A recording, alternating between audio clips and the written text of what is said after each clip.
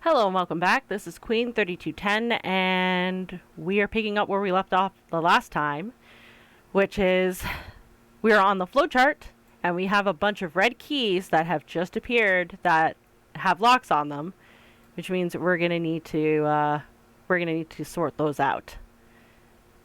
And best way to do that would be to start from the beginning. So the first node that is affected is the choice between doors 4 and 5. So let's get to it.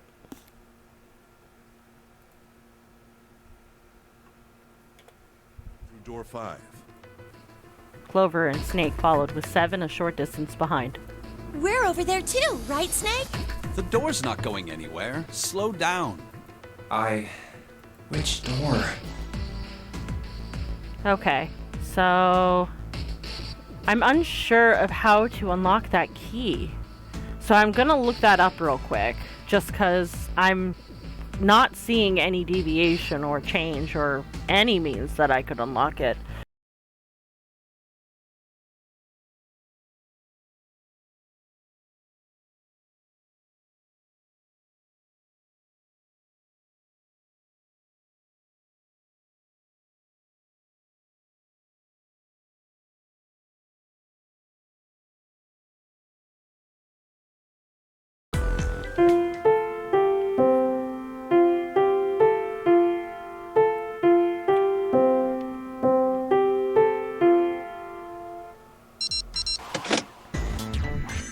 And we're done. Music is not my forte. Wait, what was that noise?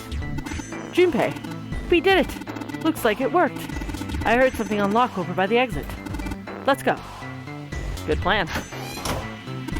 Stand. Bow. Be seated. Well, I guess he hasn't forgotten that. At least Snake thinks it's funny. Yes, I suppose that was the classroom bell, wasn't it? I don't imagine that's what Zero was thinking of, however. No. Zero almost certainly meant to suggest Westminster. Westminster, not middle school. Westminster. The palace in London that plays host these days to the Houses of Parliament. You've heard of Big Ben, the famous clock tower, yes?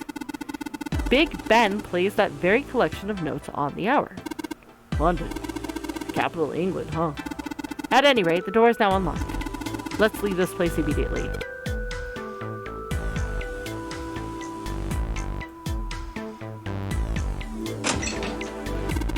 Safe. It's a safe. A safe, huh? The exit's open. Yes, strange that we didn't need to open this to achieve our goal. Do you think it's important? I wonder what's in there. Well, okay. Alright, let's go.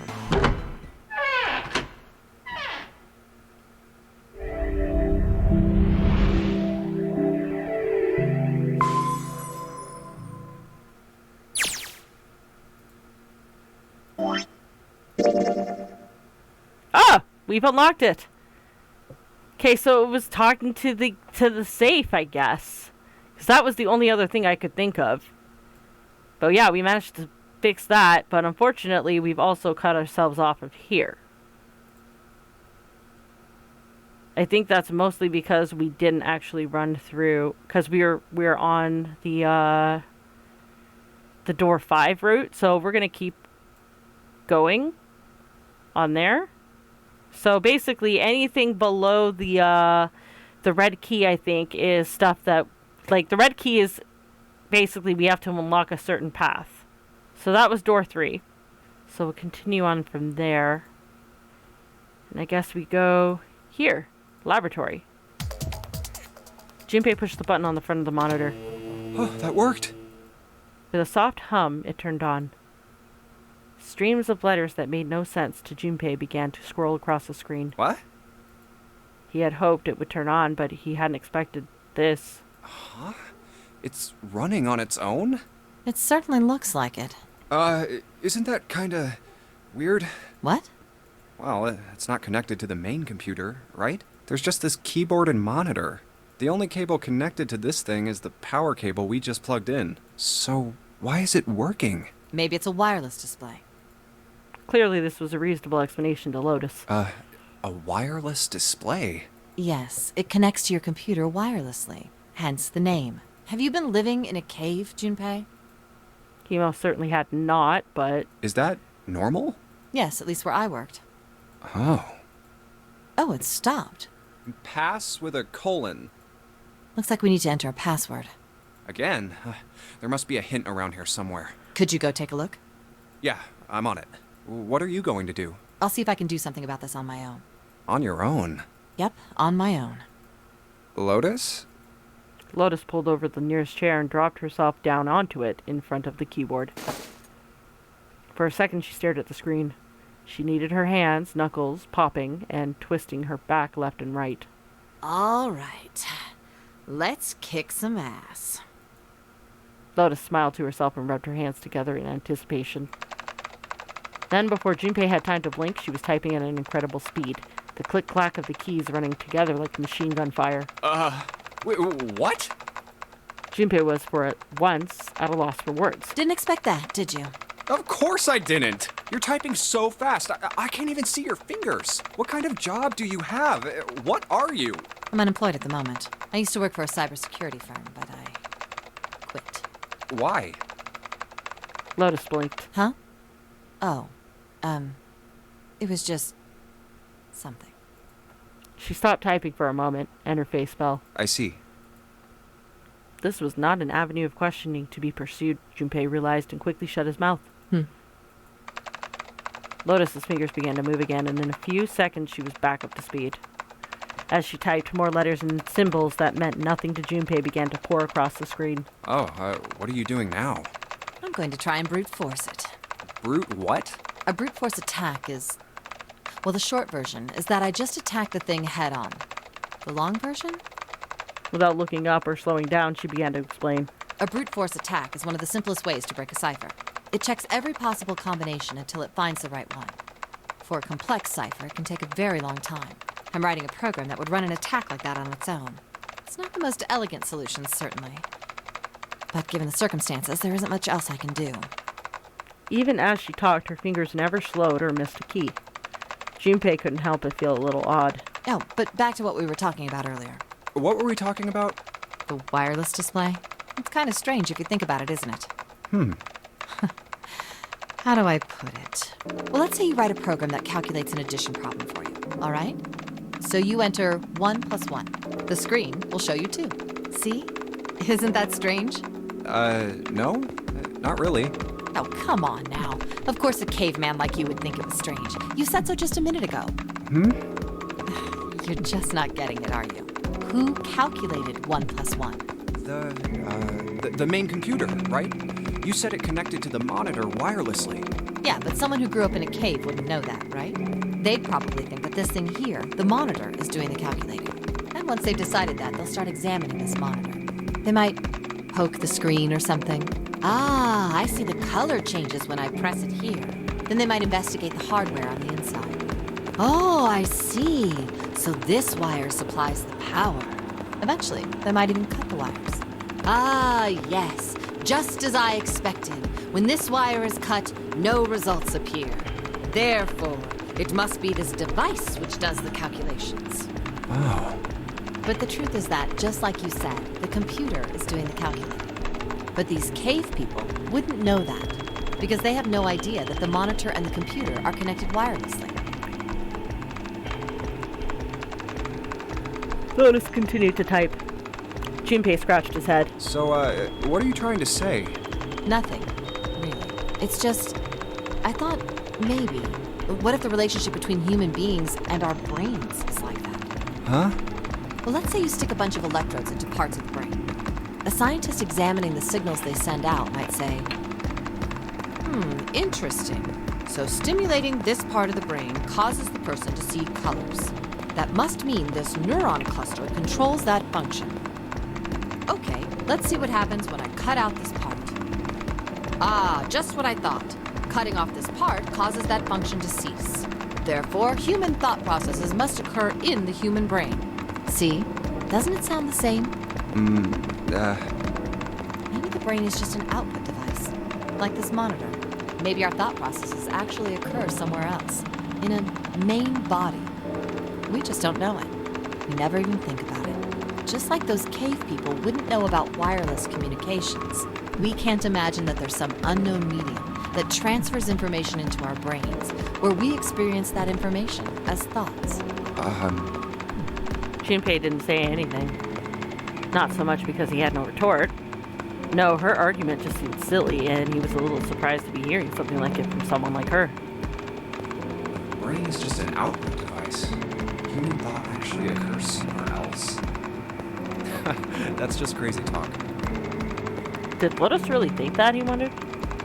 It was a little creepy, Junpei thought. It sounded altogether too much like a bizarre cultish religion. Maybe that's the cause of Seven's amnesia. Oblivious to Junpei's increasing discomfort, Lotus continued. If memory is actually stored somewhere else, in some sort of main body somewhere, he's just having a difficult time accessing his memories because the monitor, his brain, has been damaged. Huh. I suppose that would explain aphasia and blindsight, too.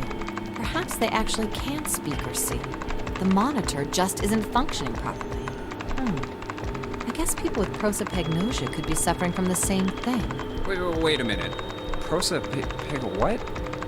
He knew what aphasia was from watching medical dramas on TV, and blindsight was easy enough to guess, but he'd never heard the word prosopagnosia before. What? You've never heard of prosopagnosia? Lotus spun around in her chair and looked at him. Junpei just shrugged and shook his head. No. What is it? Well, put simply, it means a condition where the mind can't distinguish between human faces. In other words, my face would look the same as Clover's or even yours. So they can't remember faces, which is how most people recognize each other. That means that people with prosopagnosia have trouble recognizing even people they're close to. Usually they can make do by associating people with other things. Their voices, their clothes, their hair. Does that mean other people's faces look like blanks? No, I don't think so. Well, you've seen monkeys, like in a zoo, right? To you and me, all the monkey faces look the same, even though they've obviously got faces. It's almost impossible for a human to distinguish between them. The zoo staff that works with them would learn to identify different monkeys eventually. But you or I couldn't, unless one had a scar or something else to set it apart. Well, that's how people would be to someone with prosopagnosia. Prosopagnosia. Huh. I didn't even know that kind of thing existed. Junpei did his best to act as though the entire lecture hadn't gone entirely over his head. And, what were we talking about? The idea that your brain is just an output device, like a monitor.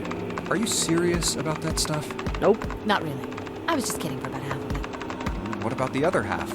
Well, I guess I was just adulting. Not funny. Lotus' smile had something rather masochistic to it. It's nothing more than a story I made up out of boredom. Don't take it seriously. It was the first thing that came to mind, and I just talked about it to kill time. But looks like I don't need to talk anymore. Why? I don't have to kill time any longer. As she spoke, Lotus raised her right arm high and brought it down on the enter key. Oh, then you finished that brute whatever thing? I certainly did. And let's see what we got. Chunks of text flickered on and off in quick succession, and then a line of numbers disappeared. A line of numbers appeared, blinked, and disappeared. The screen cleared, and all that was left was the word accepted. Piece of cake. Lotus would clearly have patted herself on the back if it would not have made her look entirely ridiculous. After a few seconds, the accepted disappeared to be replaced with 9 squares arranged in a 3x3 square. The screen changed again. What the hell is that? No idea. Looks like a puzzle. Suddenly, Lotus stood up. Huh? Aren't you gonna, I don't know, do more computer stuff? No, I can't do anymore. It won't let me do any more programming. See? The keyboard. Nothing. So, there's nothing more I can do. Well, I guess I'll leave this to you then, Junpei. What? Let me take a break, all right? I did my part. Yeah, well... He wasn't sure what to say to that. She certainly had done her part. In fact, without Lotus, they probably would have run completely aground. I shouldn't rely on other people so much, Junpei thought to himself. I guess you're right. Thanks, Lotus. No problem. Make sure you know when you should thank people. Now, I better take care of this myself. No more relying on anyone else. Junpei crossed his arms and stared at the puzzle shown on the screen. Ah! That's another unlocked. So then...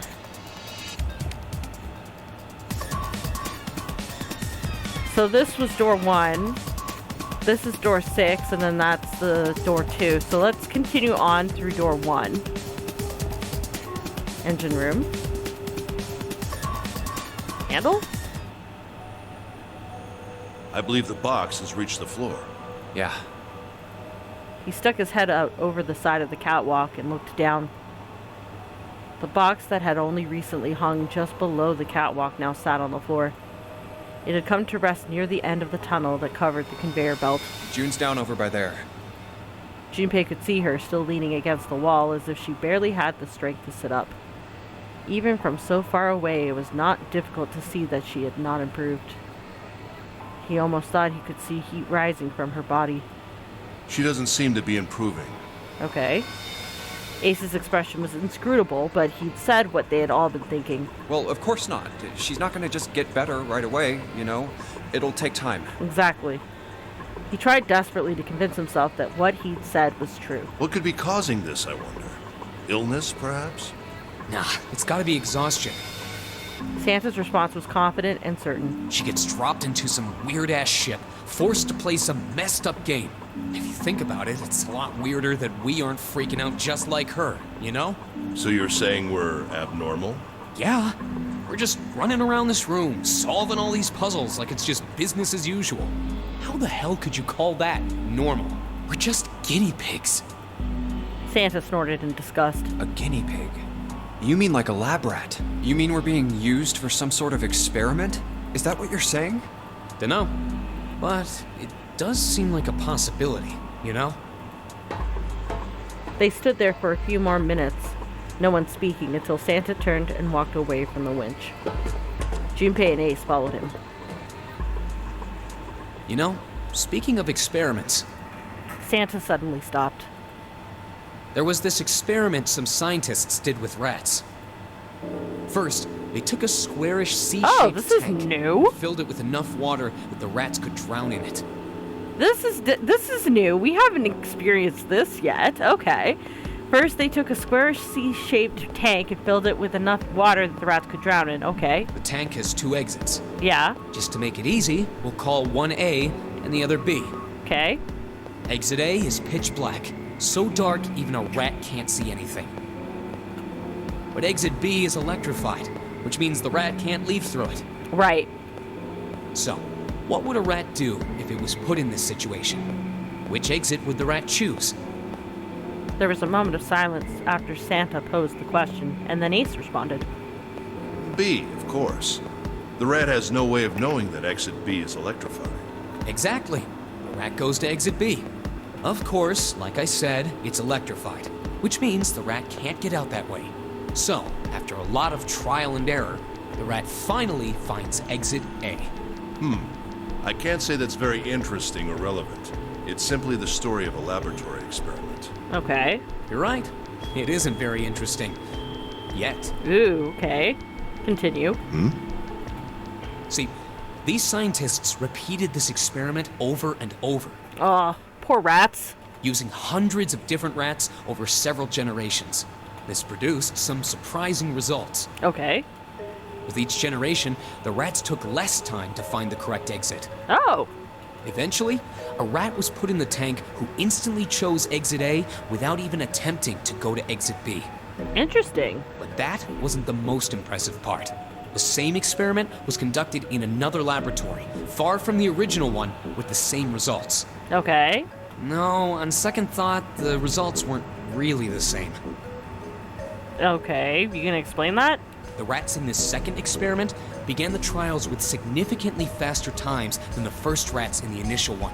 Oh. That is very interesting. I wonder why that is. These rats weren't related to the others and had never even come in contact with them. And And yet, they all easily found their way to Exit A as though they already knew. Wow, that is very interesting. I wonder how they managed that life hack. What did it mean? Are you suggesting something like telepathy? Ah, and we're back to telepathy. They were passing information to one another through some undetectable medium? Ace looked skeptical. Santa snorted at him. How the hell would I know? I'm not any kind of scientist. I don't know what made him do that. But I do know that story's true. If you've got another explanation, I'd sure love to hear it. Come on, let's get going. There's still a lot here we haven't checked out. And we gotta get the hell out of here before June passes out. Agreed. Without waiting for a response, he turned around and started walking. Junpei, however, wasn't quite ready to leave the topic alone. Hey, wait. There's something I want to ask you. What? Santa stopped and turned around. Why did they use that tank for the experiment? Huh? Well, I mean, it seems like you could conduct the same experiment without the water. They could have just used a dry box, you know? If they needed to motivate the rats to escape, they could have, I don't know, put some bait by Exit B or something.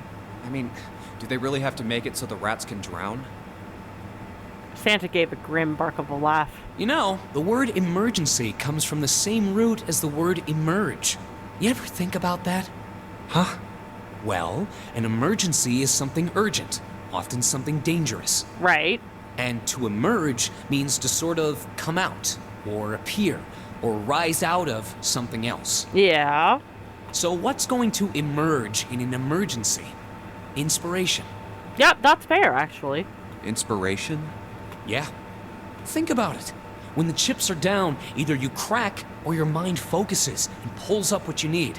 So in an emergency, your real potential emerges. Is that what you're saying? Yeah. That's why the rats had to drown. They had to be in danger. There had to be an emergency for inspiration to emerge.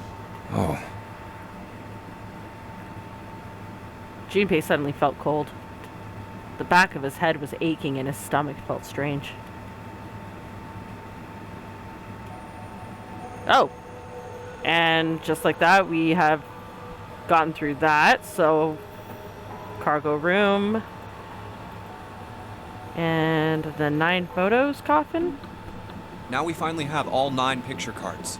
We just need to insert these cards into the slots at the front of each box. Oh, this is when Ace was kind of like, his expression tightened and we were like, wait, what the fuck? Junpei stared at the cards in his hands. Ace peered over his shoulder at them. You know which card goes in which box, yes?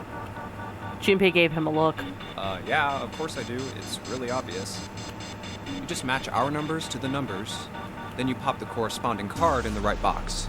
So for instance, the card with the picture of Ace on it goes into box 1. The card with the picture of Snake on it goes into box 2, and so on. Oh, I see. Huh? What is it? Junpei thought he might have imagined it, but he could have sworn Ace stiffened. Just then, Junpei heard a noise. Oh, okay, this didn't happen last time. He spun around just in time to see June collapse in front of the fence. Oh, for fuck's sakes. Hey! You June, okay? Are you okay? She did not respond. Junpei spun back around to face Ace. I'm sorry, I gotta go check on her. You finish the box thing, alright? Just put the cards in the boxes. I'm counting on you. He shoved the cards into Ace's hands and ran off towards June. Are you alright? What happened? Junpei called out to her as he ran. Can you stand? As he arrived, June was climbing to her feet with Santa's help. Her fever's still back. I'm sorry. I'm fine. Are you, though? I just tripped. Don't give me that. Now is not the time. But it's true. I tripped over a box. Just let me see for a sec. Junpei put his palm on her forehead. Huh. You're still warm. Her temperature was much the same as it had been the last time he checked. She wasn't hot like she'd been before, but she was still warm. Her fever wasn't completely gone. I saw her fall. I think she really did just trip on something, you know? Junpei would have been more willing to agree if June hadn't needed quite so much help standing up. Still, to fall down like that? I think she's probably still a little messed up. June was doing her best to busy herself brushing dust off of her dress. Her smile looked a little embarrassed, and her face was a bit flushed. but she did look a great deal better than she had. Still. Alright, well, let's just get out of here as fast as we can so we can get you to a hospital. Oh, I don't think it's anything that serious. You've collapsed a couple of times now. It's anything that serious. I just need a little medicine and some sleep, and I'll be fine. Medicine. Medicine, huh? Uh-huh. Well, if we could get in touch with anyone outside, I'll bet Ace could swing that for you easy. Ace? Why Ace? Huh? Don't you know? He's the president of a pharmaceutical company. Really? Oh, wait a minute. Which pharmaceutical company? Cradle Pharmaceuticals is the name, I think. Oh my god! Oh my god! It's all coming together. It's everybody who was involved in the experiment. I'm calling it right here. Their flagship product is an anesthetic drug called Soparil. Soparil. Soparil? And that's how he knew that drug wouldn't hurt him. I've heard of that before somewhere. Yeah. Junpei couldn't shake the feeling that he'd heard about Soparil before. Santa continued. Soparil. That's the It's an stuff he anesthetic injected that's a himself. gas at room temperature. A lot like how nitrous oxide is. It takes only a few seconds to spread, and even a small amount is very effective.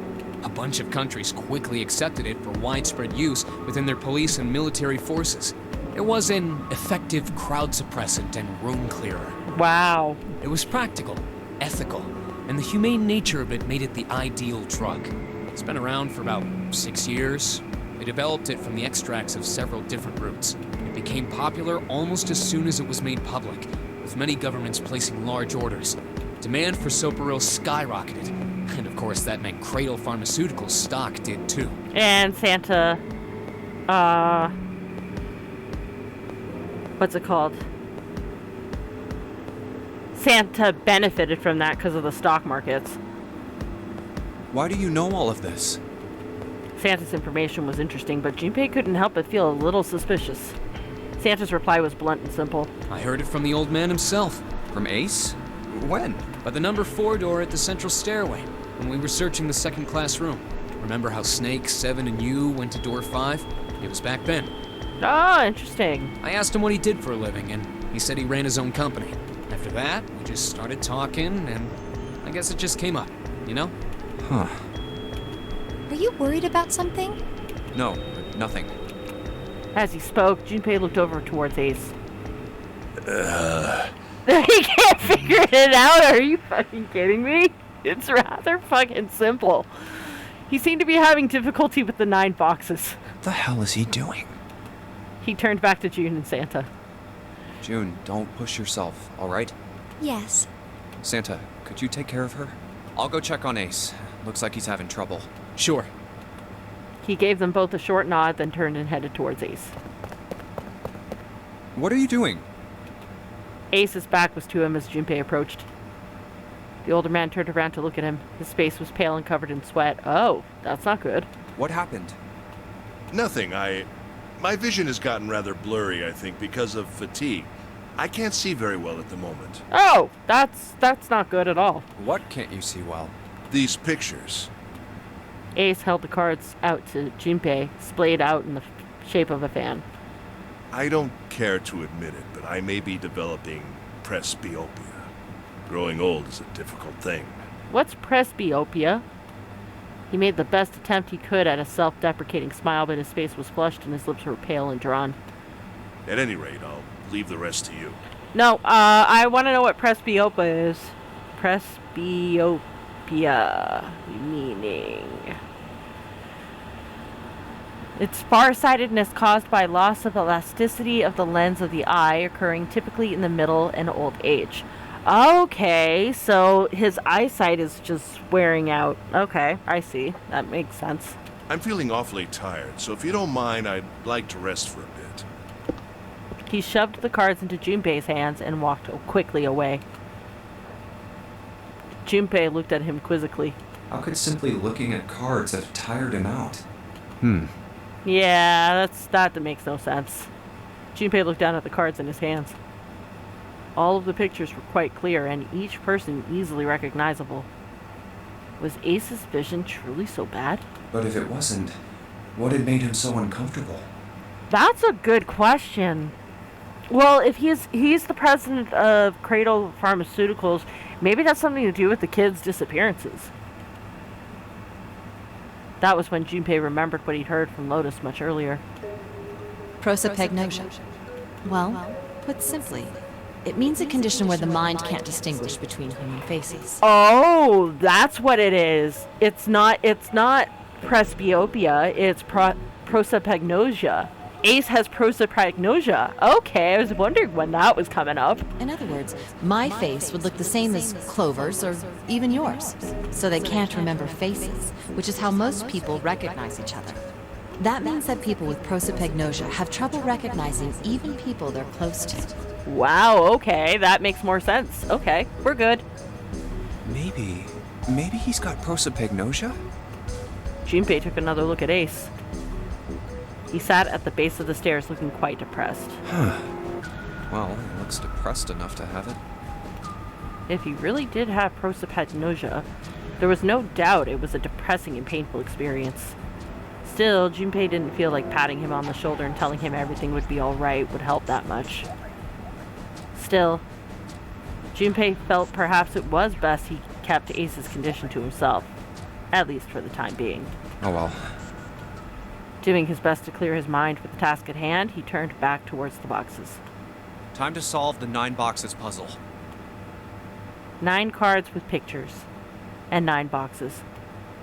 Junpei stared at them for a moment and then began. Ace's card is in box 1, Snake's is in number 2. I just need to do the same for the rest. And finally, the 9th man's card into box 9. All 9 box lids popped open at once. Yeah! Oh, they opened! He peered inside. What the? In each box was a single pin. 9 pins? They looked a little like sewing pins, but much thicker. I guess I'll take them with me. Junpei collected them all quickly and shoved them into his pocket. Nice.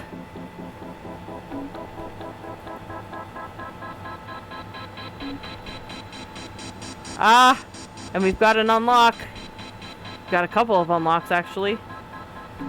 So let's go here. Leave no one behind.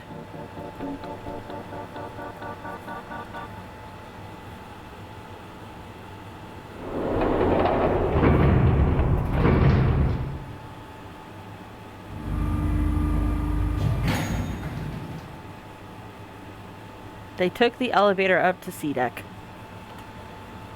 Once there, they headed back towards the main hall and the central staircase. It didn't take them long. Look, it's... 7 and Lotus. They didn't look happy. We've got a problem. Clover is gone! What? Junpei and his 3 companions looked at one another. He turned back to 7 and Lotus. What do you mean, gone? Santa, Ace, and June had their own questions to ask. When? Why? You two went into door 1 with Clover, didn't you? 7 and Lotus responded as best they could. Yeah, we went through the door together. But Clover barely spoke to us. Okay. She just did her own thing the whole time. Huh. There were 4 rooms on the other side of door 1. She wouldn't let us into the 4th room. She just said, I'll take care of this one. And shut the door. She must have blocked it with something on the other side. We waited for a while, but Clover didn't come out. We called for her, but she didn't answer. So I kicked down the door and we went into the room. But It was empty. Clover wasn't there. There was a door on the other wall. And it was open. We figure she opened the door and left by herself. We ran after her, of course, but Well, obviously we didn't find her. We figured that much out. Clover's gone. Junpei thought for a moment. When did this happen? We got here just before you. You certainly have excellent timing. So you haven't searched anywhere other than near the staircase? No, we haven't. Finally, Ace spoke. His voice had an edge of resolve and concern. Very well then. We'd best separate and look for Clover. We haven't much time left. Let's begin. Yeah. There were quick nods all around and the 6 remaining players spread out.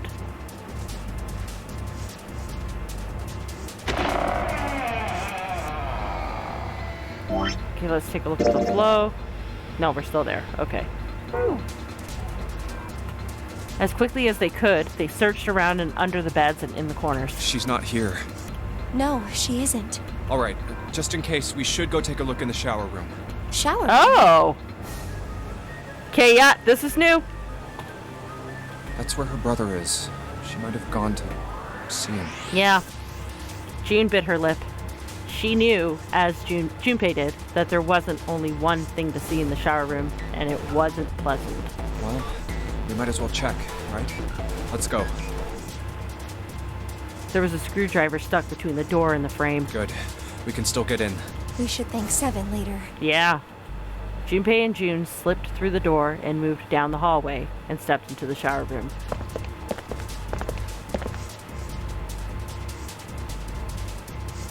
No luck. Yeah, I don't think she's here. June's voice was faint and she placed her hands over her mouth. Her face looked a little green. The smell is horrible. The stench in the room was almost unbearable. It had grown far more unpleasant since their last visit. If Junpei had eaten a lunch, he would have had difficulty retaining it. He wanted to leave the room as soon as possible, but he had to be sure. And the only way to be sure was to check the other side of the divider. Let's check the back, just to be sure. June offered no resistance and nodded weakly to Junpei as he headed around the divider. He stopped at the corner and turned his head. No, she's not here. As he'd expected, Clover was nowhere to be seen. The only thing on the other side of the divider was a dead body, lying in a reddish-brown puddle of drying and dried blood. Snake. Just where did your sister go? Junpei whispered to what once was Snake. He'd asked rhetorically, of course, as there was no way he'd get an answer. He gave a deep sigh. Such a horrible way to go. The skull shattered, the left arm's hideously twisted. Wait. Motherfucker saw it! Motherfucker saw it! Finally someone saw it! Oh, I was starting to think I was going a little crazy, but nope, he saw it, and he remembers what Clover told him about her brother. The bright white of the ulna was clearly visible through the remains of skin and muscle. Bright white ulna. Bones. Yeah! Finally! Oh, I feel vindicated! Wait a minute. That's not 7. That can't be 7. Because Clover said that he lost his arm in an accident. They had to cut it off. Snake is still fucking in the game. The pieces fell into place. Junpei remembered something Clover had told him in the laboratory. My brother's left arm is, it's not like a normal person's arm. The accident hurt him really bad. Of course. Of course. Why didn't I realize it earlier? Because you were fucking distracted by other things, but it's okay. That's why I'm here. Clover had told Junpei that Snake's left arm was prosthetic. But the left arm of the corpse behind the divider was quite clearly a real human arm. Or at least, it had been once. That meant the corpse. Junpei? June's unsure voice at Junpei's sudden strange behavior drew his attention back to her. Oh, sorry for making you wait. Let's go.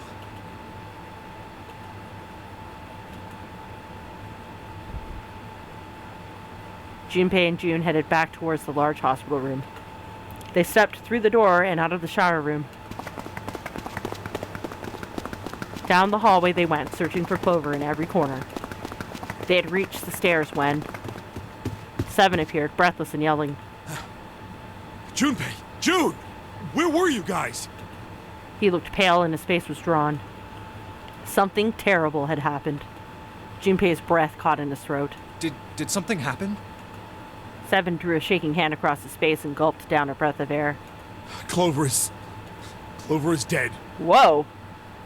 That was unexpected. I found her in the first-class bathroom.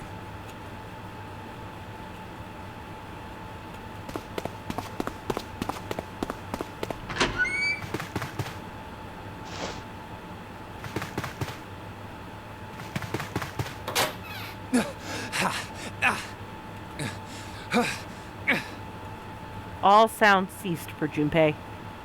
The world was an empty, muffled expanse. Then he began to hear his own breathing.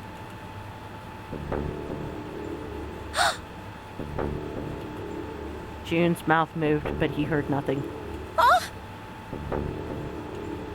She tried once more, and then her energy was gone, and she collapsed against the wall. He could have helped her, but he hadn't. And now she was dead. So he stood there, frozen in place. Clover. Clover. Why? Why did this happen? He forced his body to move. Each step felt like another nail pounding into his heart. Finally, he was in front of her. He knelt and placed 3 fingers against Clover's neck. No pulse. No breath. But she was still warm and her eyes were closed peacefully. It would have been easy to think she was asleep. Easy, that is, were it not for the slowly expanding puddle of blood beneath her. He traced its source to her back, a gash just beneath her shoulder blades. Was the weapon a knife, perhaps? If it was a knife, the killer had taken it when they left. When he closed his eyes, he saw Clover smile. Clover! Her innocent smile. Her energy.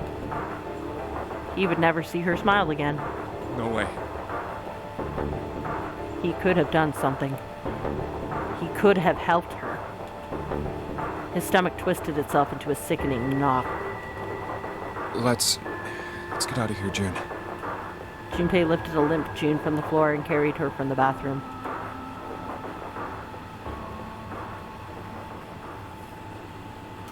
Are you all right?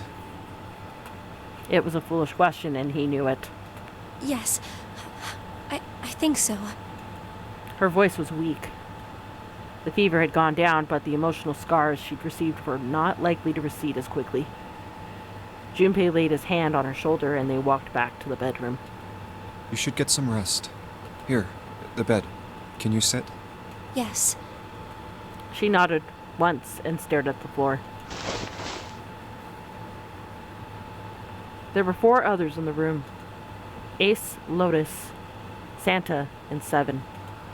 They all stared at nothing, their faces drawn and tired. After a while, they drifted into the bathroom to see Clover's corpse themselves. Everyone was back in the bedroom. Once everyone was back in the bedroom, Junpei walked slowly to the center of it and looked around at the slumped figures gathered there. Who was the first to find the body? Me. Seven spoke from behind Junpei. He turned around. Seven's hand was up. Why did you come to this room? To look for Clover. Why else? I found her body in the bathroom. As soon as I did, I ran outside. I got to the top of the stairs by the casino and yelled as loud as I could. Hey, guys! I found her, but it's bad! She's in the bathroom in the first-class cabin! Come quick! Or something like that. Then I went back to the bathroom. Ace, Santa, and Lotus showed up real soon after that. But I guess you two hadn't heard me or something because you didn't show. So I took off down the stairs to look for you. After that, I mean, you know the rest, right? Junpei nodded and closed his eyes. There was one more thing he needed to ask. Seven, there's one more thing I'm worried about. What? You stuck one of those plates in between the door and the frame, right? Why did you do that? Come on, didn't I already tell you that? I did it so that the door wouldn't lock. So we could come back to this room? Oh, you think I did it? Well, I don't know. That kind of depends on what you say, doesn't it? For crying out loud. Seven sighed and shook his head. Follow me. There were 2 doors standing next to one another. He opened the one on the right. A closet? Yeah. Seven stepped inside. He stood in front of one of the shelves that filled it and gestured towards a small box. The box was a small metal cube. He looked at Junpei. This is the reason. This safe. We couldn't open it when we were getting through this room.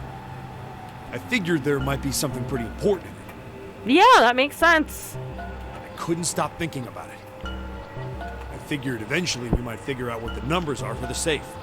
And if we did, I didn't want to screw around with door 5 again. Yeah, no, I don't blame you, actually. So I put the plate in the exit door so we could get back in that way. You get it now? Yeah. Junpei nodded and looked at the safe. He grabbed the handle and shook it. Figured it wouldn't open. It was as locked as it had been when Seven found it. Huh? There was one change, however. This is... Just underneath the safe was a pile of fine reddish-brown powder. rust. Junpei stared at it, considering. If there's rust here, that means... Has someone opened the safe? Junpei left the closet. Seven followed him back to the bedroom. Huh? It was cold and quiet. No one spoke. They sat, frozen in place by shock and grief and fatigue. The room felt tiny and oppressive, and the thick, metallic smell of blood filled the room. Junpei turned and headed for the living room. Anything to get out of there. Maybe there's another clue. Anything that might lead us to discover who stabbed Clover. As quickly as they could, they searched around and under the beds and in the corners. His eyes caught on the door. The door that led to the passageway of door number 5. Behind this door. The ninth man's body is behind there. Maybe I should have another look at it, just in case. Sounds like a good idea to me. Quietly, he pushed open the door. Ugh. The smell hit him like a blow to the face. Oh, the hell? This smell is... I wonder if the body is gone, that we know who's in the bathroom. His lungs contracted, unwilling to inhale such fetid air. Acid boiled up from the base of his stomach, churning what little food was there into a violent froth. It was too much for him, and he vomited. A thin stream of yellow water and bile spattered onto the floor.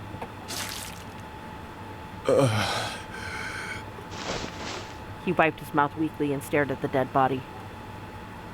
Chunks of torn flesh lay in an arc around the body. Okay, so the body's still there, never mind.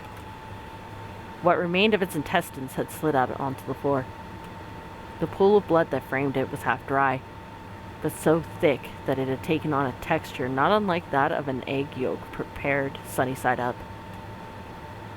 On the floor next to the broken mask of the man's head lay his glasses, cracks spidering across the lenses. The bloodstains near them had already dried, like scabs on the floor. Wait. That was when he noticed. It's gone. His bracelet. It's gone. Oh. It was right next to the glasses. It was, too. Holy shit. Okay, so something is missing, just not what I thought it was. Damn.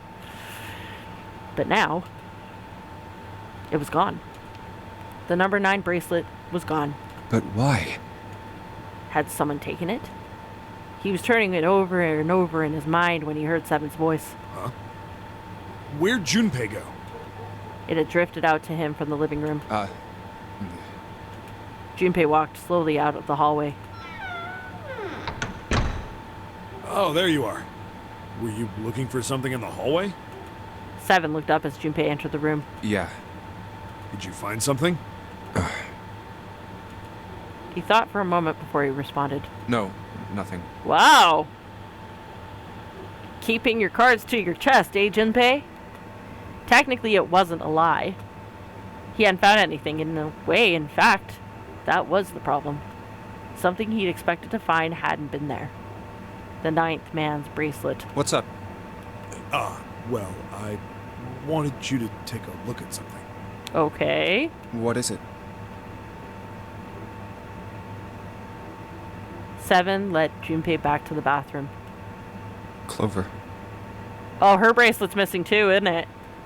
As Clover's corpse came into view, he felt his heart flip and then fall to the bottom of his stomach. Something between a sigh and a groan escaped his lips. What was it you wanted to show me? His voice was hollow and empty. I searched Clover's body again. A real shame. She was stabbed once in the back, probably by a knife or something. And I found this. As he spoke, he moved around Clover's head, then knelt down and flipped over in her right hand. What? Oh! She was holding a piece of paper. I haven't actually looked at it yet. Didn't want to disturb the crime scene, you know? Basic stuff. Well, I did borrow one thing. What? He wasn't sure what that meant, but it likely didn't matter. The paper was more important. I'm opening it. He picked it up and carefully opened it. There were 2 sentences written on it. Truth had gone, truth had gone, and truth had gone. Ah, now truth is asleep in the darkness of the sinister hand. What is this? Some kind of secret code? Seems like it. Seven peered over Junpei's shoulder at the note. Junpei stepped away from Clover's body and into the living room. He began to pace, attempting to decode the note. A code. The first clue was likely the phrase sinister hand. Sinister hand means... Oh, fuck.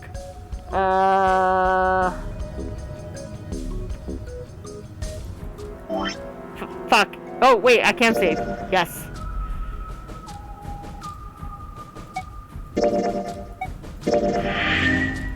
And no, we're not returning back. We're doing that so that if I get it wrong, I can at least pick the right answer. No, that's not right.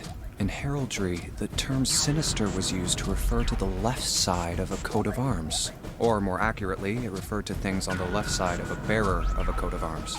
The left hand. The left hand. What does the left hand mean? It could be talking about Snake. Junpei looked at his own left arm. At the bracelet on his wrist. Does the darkness of the sinister hand have something to do with the bracelet? He examined the bracelet closely. There's 2 things sticking out on either side of the face. The left and right sides of the face. Left and right. Left and right. Right and left. Truth is gone. Truth gone. Truth gone. Maybe those 2 words.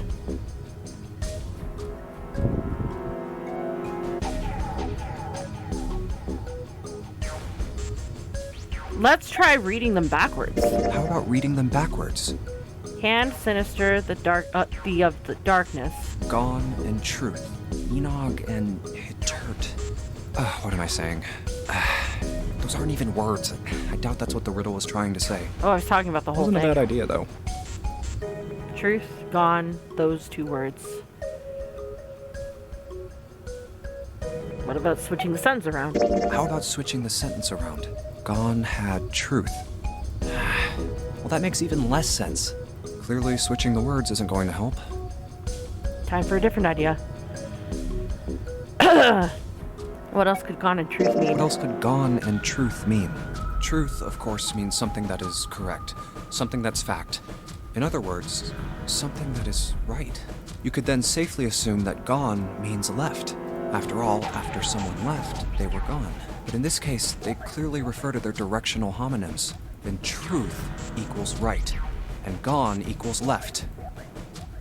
Junpei looked at the bracelet again. The left and right of the bracelet. These 2 things sticking out. So if I... Press them in the following order.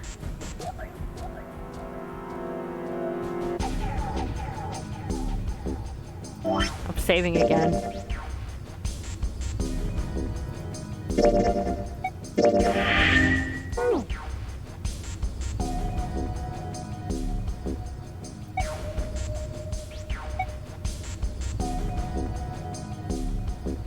Maybe that one?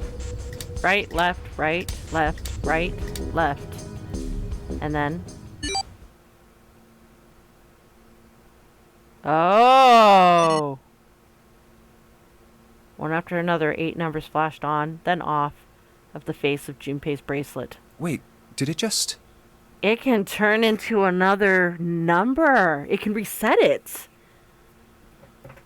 He checked one more time to be sure. 1438342 1438342 Maybe that's the password. Hey, what are those numbers? Junpei didn't answer. He couldn't answer. He had no idea what they were either. Besides, he was sure he would forget the numbers in the order they came in if he said anything. 143833421. Muttering the numbers to himself over and over, Junpei headed towards the bedroom. 143833421. 143833421. 143833421. 143833421. Before long, he found himself in front of the safe again. Its lock was the only device he could think of that required a sequence of numbers such as the ones he just discovered. Besides, someone had opened the safe at least once already. Had Clover come to the bedroom to open it? Junpei slowly dialed in the numbers the bracelet had given him. 1 to 4 to the left. And... oh, Finished. bingo. I knew it was for this. A small telltale sign of the lock opening. He grabbed the handle, took a deep breath, and pulled it up. Oh, is this some sort of note? Inside was a piece of paper.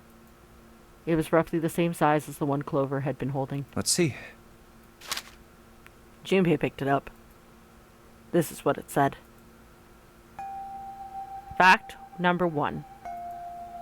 The Nonary game was played once before, 9 years ago. Fact number 2. The person with the number 2 bracelet attended the game 9 years ago. So Snake was, he had played this game before. Pretty sure I mentioned that. That's kind of cool, actually. Fact number 3. It was planned by the following 4 people. Cradle Pharmaceuticals CEO, Ace. No, wait, no, he's the president, isn't he? Gentaro Hongo, Cradle Pharmaceuticals Chief of Staff. Nagisa Nijisaki, Cradle Pharmaceuticals R&D Supervisor. Kubota Teruaki, majority shareholder in Cradle Pharmaceuticals. Musashido Kagechika, I must punish them for the innocent lives they sacrificed. This is the only warning they will receive. That innocent souls might be saved, I now state the truth. 0. Wow.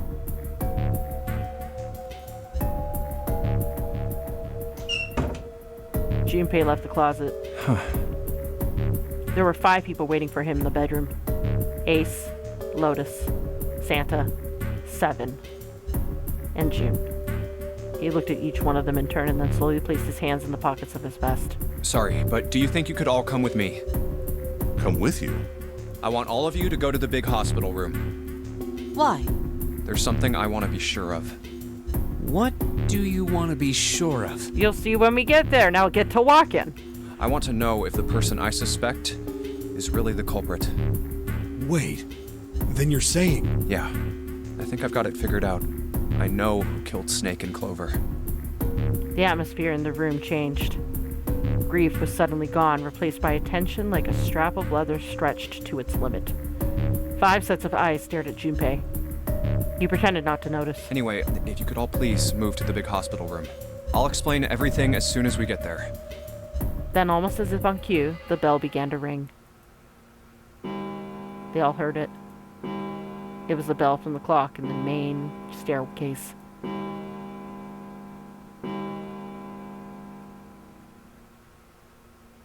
The bell rang 5 times, then ceased. It's 5 o'clock. We've only got 1 hour left. We don't have a lot of time left. Slowly, one by one, they followed Junpei out of the bedroom.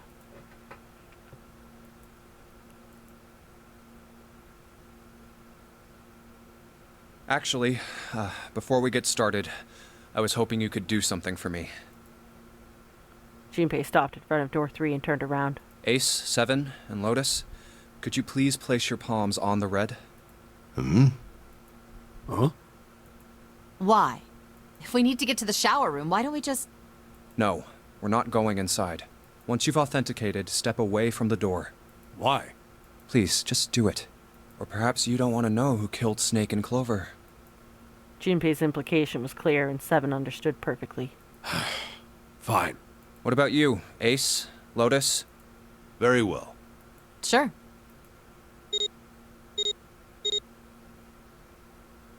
Quickly, they pressed their palms onto the red. Once they had finished, they stepped away from the door, as Junpei had instructed. 3 asterisks shone from the red's display panel. I have this idea. I don't think this device responds to a hand placed on it. It instead reacts to a bracelet being brought close. You don't actually need a hand. Junpei approached it and held his bracelet over the scanner. He made quite sure he didn't place his palm on it, and instead only brought the bracelet near it. The 4th asterisk appeared, I knew it. just as Junpei had expected. It was possible to authenticate without placing one's palm on the red, so long as the bracelet was brought near it. Junpei pulled the lever down.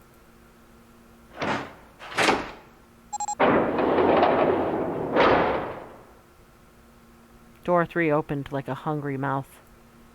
9 long seconds passed, and the door shut unfed. Junpei walked slowly back to the others who were waiting some distance from the door, talking to one another. Santa and June had joined them as well.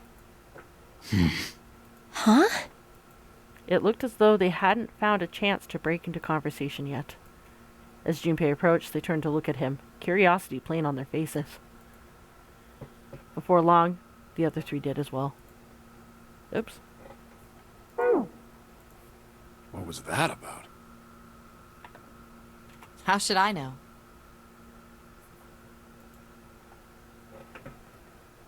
Clearly, they were all expecting some answers. Thanks. I appreciate your cooperation.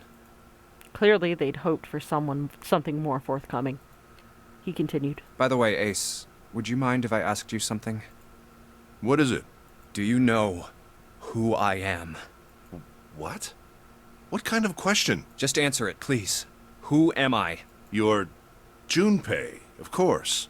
Who else would you be? Unfortunately, that's the wrong answer. Actually, I'm Santa. What? Ace's voice was full of surprise, but it was also tinged with confusion and fear. Everyone else looked nearly as surprised. Santa looked especially shocked to discover he was actually someone else. If he spoke, however, the trap would be exposed. Junpei quickly continued. The clothes I'm wearing, I borrowed from Junpei. And the clothes he's wearing are mine. We had a little swap. That's ridiculous. Impossible. So, you're saying I'm not Santa? Of course you aren't. Why? What makes you so sure I'm not Santa? If you were Santa, then door 3 wouldn't have opened for us just now. 1 plus 7 plus 8 plus 3 equals 19. 1 plus 9 would be 10. The digital route would be 1. But the 4 of us just opened door 3. You can't possibly be Santa. Your bracelet number isn't 3. It's 5, right? Only then, when it was too late, did Ace realize his mistake. He set his jaw and glared at Junpei. You're exactly right. My bracelet number is 5. As he spoke, Junpei lifted his wrist up to show everyone the bright red 5 on his wrist. Sorry, Ace. I tricked you. Of course, I'm not really Santa. I'm Junpei. Who could possibly think I was? It's obvious I'm not. To think I was? Ridiculous. But I guess you couldn't see just how obvious it was. I asked you before, didn't I? What makes you so sure I'm not Santa? And you answered. If you were Santa, then door 3 wouldn't have opened for us just now. Most people wouldn't say something like that. The first thing that would come to anyone else's mind wouldn't be the bracelet number. There'd only be one thing they'd say. One sentence. You don't have his face. Ace, you have prosopagnosia, am I right? Junpei's voice was quiet and calm. He knew the truth. So did Ace. Prosopagnosia? The others looked confused. What's that? No clue. Prosopagnosia is... He heard Lotus begin to explain it to them. Ace glanced at them, then turned back towards Junpei and sighed. Very well. I confess. I have prosopagnosia. I cannot differentiate human faces. Is that what this was about? You want to mock me for my disorder? He's 0. Ace is 0. No, not at all. I'm not making fun of you at all. In fact, I feel kind of bad for you. No, the reason I brought this up is that there's an excellent chance the person who killed Snake has prosopagnosia. Ace's face tightened. His eyes narrowed. What do you mean? Junpei leaned casually against the iron piping of one of the beds. I'll just come right out with it. I think it was you, Ace. You killed him. Junpei was suddenly very aware of 5 pairs of eyes on him. He had their undivided attention now. The room had grown very, very quiet. Junpei took a deep breath. That's ridiculous. What possible evidence do you... I have 3 pieces of evidence. The first. Think back to a few hours ago. You made us argue over the 3 doors here in the big hospital room. There was no way all 7 people could go through them. Lotus suggested that we sacrifice one of us. Lotus looked away awkwardly. Junpei glanced at her and continued. Then you, Ace, said, I'll stay here. Yeah, why would you want to, why would you volunteer to stay back? Why would you say something like that? It's pretty simple, really. You didn't want us to see the dead body in the shower room. You see, if Ace stayed behind, there were only 2 doors the rest of us could go through. Doors 7 and 8. There was no way we could get through door 3, the shower room. You knew that, didn't you, Ace? That's why you volunteered to stay behind. Come on now. I think that's going a bit far. I can understand if you're jealous of my bravery. Please don't devalue my actions. I only wanted to save the rest of you. Surely you can understand my altruism. Altruism, huh?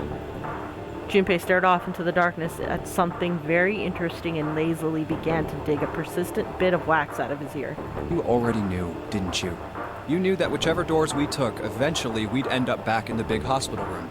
What on earth are you saying? Of course I didn't know that. How could I have? Really? Yes. Pleading was not something they'd heard from Ace before. Junpei pulled a piece of wax from his ear and glanced at it and flicked it off into the darkness. Oh well, that's cool. I've still got 2 more pieces of evidence that say you're the killer. The second is that, as I said earlier, you have prosopagnosia. Then you mean to imply that a person who can't distinguish human faces must be a bad person? No, that's not what he's saying. Junpei, they call that prejudice. No, I am not that stupid. Then why? Well, before I explain, I suppose there's something I should tell you. The corpse in the shower room. It's not Snake's. What? Ace's face went pale. The others looked confused as well. If the body wasn't Snake's... I didn't put it together right away, but there was something Clover told me. She said that Snake's left arm was prosthetic. He'd lost his real arm in an accident. But the body we saw in the shower room, let's call him Guy X. Guy X's left arm was definitely flesh and blood. In other words, Guy X couldn't possibly have been Snake. Exactly. I'm doing a little victory dance here. Just dancing in my chair. Okay, I'm done. Oh God. No. That's impossible. Yep, you killed the wrong person. Ace had started muttering deliriously to himself, shaking his head back and forth. Junpei was long past caring. Let's say, hypothetically, that the killer didn't have prosopagnosia. If that were the case, he would immediately realize that Guy X wasn't Snake. Exactly. Even if the clothes were the same as Snake's, their faces would be completely different. It would have been obvious they were different people. And yet, they still killed him. Why? Why would they kill a stranger who'd only just shown up? On the other hand, if the killer did have prosopagnosia, it makes sense. They thought Guy X was Snake and killed him. Wow. Wait just a moment. Let's say you're right, and I mistook Guy X for Snake. Even if I did, I would have had no motive to kill him. Oh? Why would I want to kill Snake? Because he was a participant from the previous game, and he could have potentially outed you all. I can think of at least 2 motives. 1. Snake knew about your past. If he ever revealed what he knew, that would have been really bad for you. You really didn't want that to happen. So to make sure Snake's mouth stayed shut, you killed him. 2. Snake had a grudge against you. Yeah. You knew that, or at least you could have easily assumed he did. Even without exposing your identity, he was a threat to you. You never knew when you might be attacked. You couldn't ever let your guard down. Every moment was a moment he might try something. You didn't want that kind of danger hanging over you. So you... Hey, hold on a minute. For the first time since the beginning of Junpei's explanation, someone besides Ace spoke. What's the past that Ace wouldn't want us to know? That Snake was a participant in the game 9 years ago. Why did Snake have a grudge against him? Look at this. He handed Santa a small piece of paper. What's this piece of paper? Santa squinted at the paper and began to read. The Nonary game was played once before 9 years ago. The person with the number 2 bracelet attended the game 9 years ago. It was planned by the following 4 people. Cradle Pharmaceuticals CEO Gentaro Hongo. What is this? Slowly, Santa looked up from the paper. His eyes met Junpei's. It's the message from Zero. It was in the safe in the first-class cabin. Then suddenly...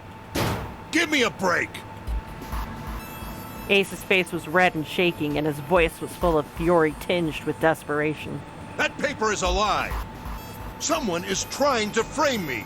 Me. You said me, right? Junpei's eyes narrowed, and the trap began to close. Yep! You're the CEO.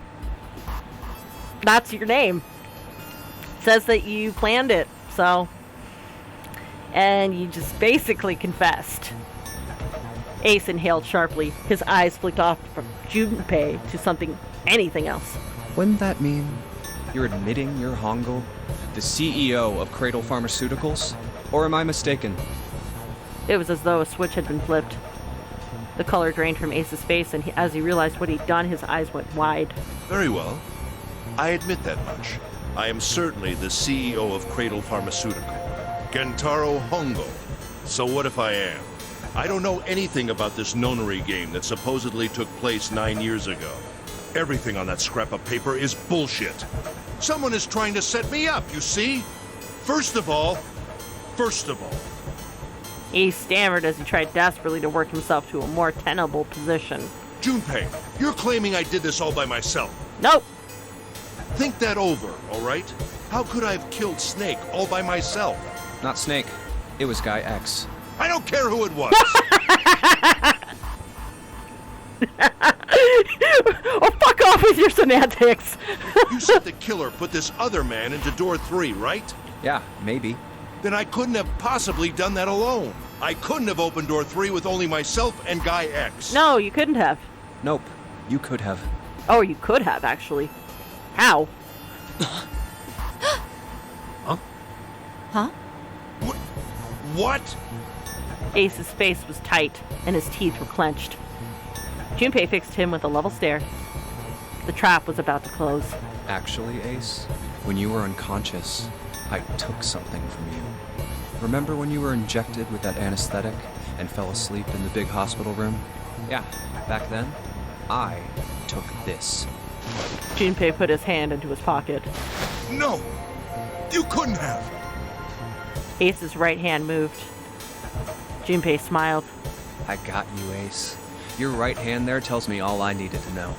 You want to tell me what you were so worried about? What's in your pocket? It's the number 9 bracelet, isn't it? 9 plus 1 plus 2 is 12. 1 plus 2 is 3. He took the number 9 bracelet and used it to try and kill Snake, or as it turns out to be, Guy X.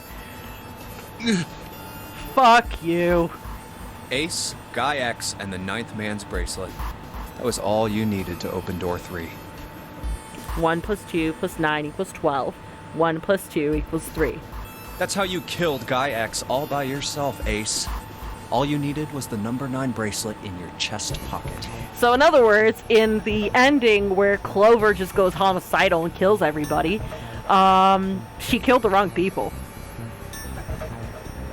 So that brings the question, what did he want to talk to Lotus about? Answer, he probably wanted to kill her. Ace lowered his hand from where it had stopped halfway into his pocket. He looked down at the floor, his face hidden from Junpei.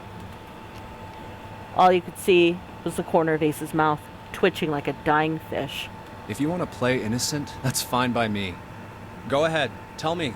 I don't have the bracelet, if that's what... But if you could take off your coat and hand it to me, I'd really appreciate it. Otherwise, we'll have to take it from you by force. Right, 7? Yeah, it'd be my pleasure. 7 cracked his knuckles with a sound like gunfire.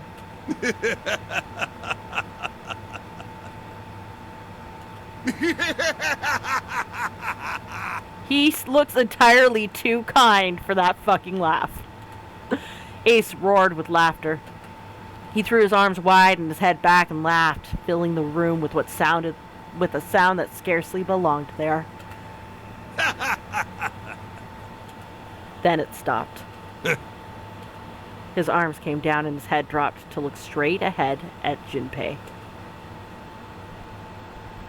Wow, okay. Yeah, that's more like it. His face was flat and cold, devoid of any emotion. Oh no, there is emotion there. It looks fucking furious. If looks could kill, Junpei would be fucking ash and we'd be at another bad fucking ending. Well done, Junpei. Thank you. As you so correctly deduced, I have the number 9 bracelet. I retrieved it while we were searching for the missing hardware for the red. I left the room I was supposed to search and headed to the first-class cabin on B-deck. His voice showed no emotion, no sense of remorse or interest. It was almost bored, as though he were reciting an especially dull corporate letter. My purpose was to obtain the number 9 bracelet. 9 is a potent ally in the Nonary. Adding 9 to any set of numbers won't alter the digital root. 1 plus 9 equals 10 plus 1. Sorry, 1 plus 9 equals 10. 1 plus 0 equals 1.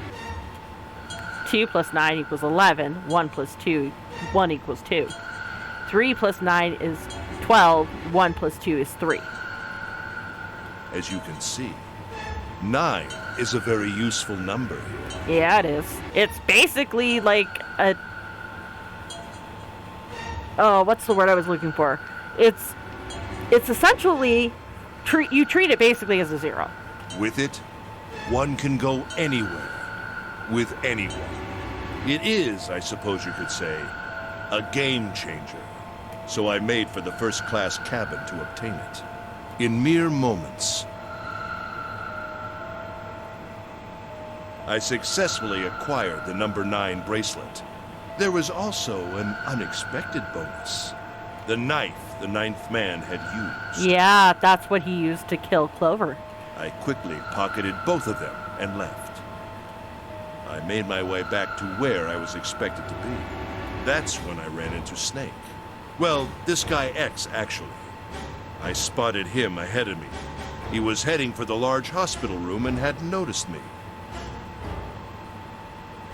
The man wearing Snake's clothes arrived at door 3. When he stopped, I walked up behind him and called out, "Snake." He turned around.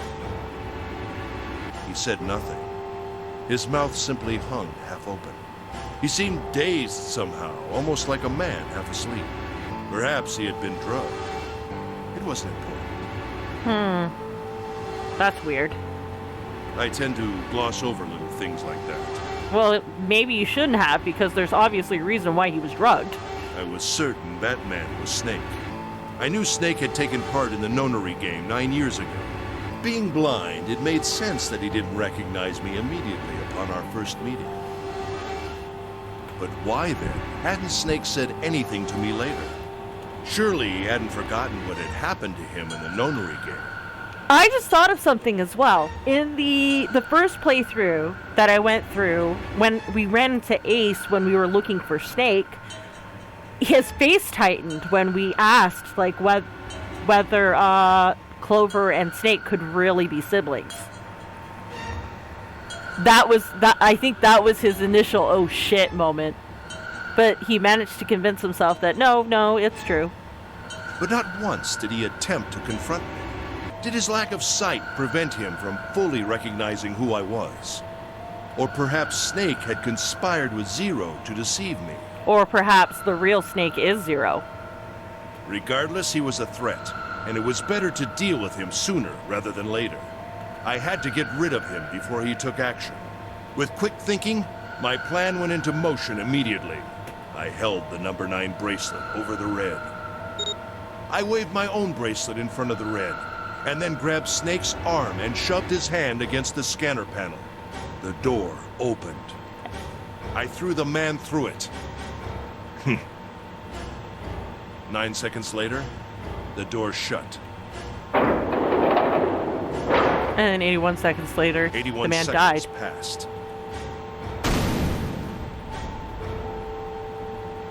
The man inside the door passed away.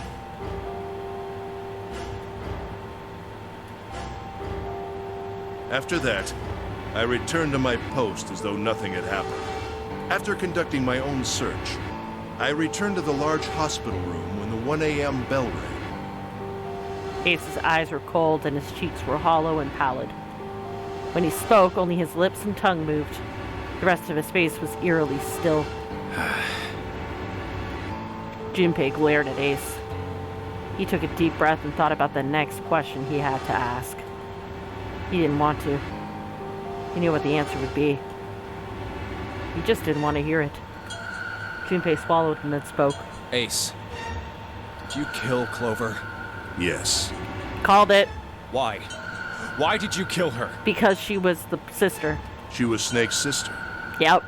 It was possible he had told her something dangerous. Additionally, she had gone through door 1. It seemed likely she might have found it. Found what? Why don't you go through door 1 yourself? Perhaps it's hidden somewhere. Seven and Lotus interrupted. Yeah, but Lotus and I went through door 1 too. We didn't see anything suspicious. Yes. I thought as much after I heard your report at the central stairs. I doubt the two of you could find it. Huh? But perhaps Clover was different. Perhaps she had found it. And that would explain why she wanted to search a specific room by herself. I was, therefore, desperate to find her. And at last I did, in the first-class cabin. I spoke very calmly. Did you see it? See what? Don't act as if you don't understand. You were in the captain's quarters, weren't you? Is he talking about the number 0 bracelet? Uh-huh. What are you talking about? Very well. By the way, what are you doing here, Clover? What? Nothing. There's blood on your shoes. It looks fresh. Did you go take a look at the 9th man's corpse? I see. Your silence suggests that you noticed. You saw something, didn't you? You saw that his bracelet was gone. No! Clover ran. She made for the exit, but Ace stood in her way. You weren't going anywhere. He caught her by the collar as she passed and threw her to the ground hard. You're staying here. No! She leapt back up and darted past him into the hallway. Ace followed at a run. Don't you run, little girl. He was faster.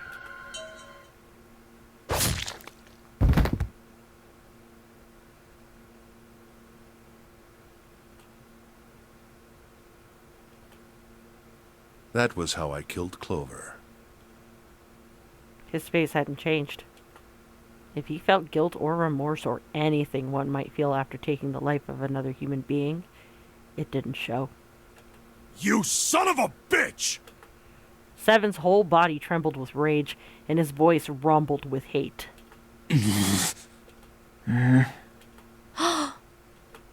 Santa's eyes were bloodthirsty, and Lotus and June's faces were distorted by anger and hatred. Ace looked at them and smiled. It was a cold, cruel thing with no humor in it. He shook his head and sighed. I admit it. I've lost. I have lost. Completely and utterly. Don't misunderstand, Junpei. I didn't lose to you. I lost to Zero. Not you. I'm rather disgusted with myself for falling into such a simple trap. I looked the fool.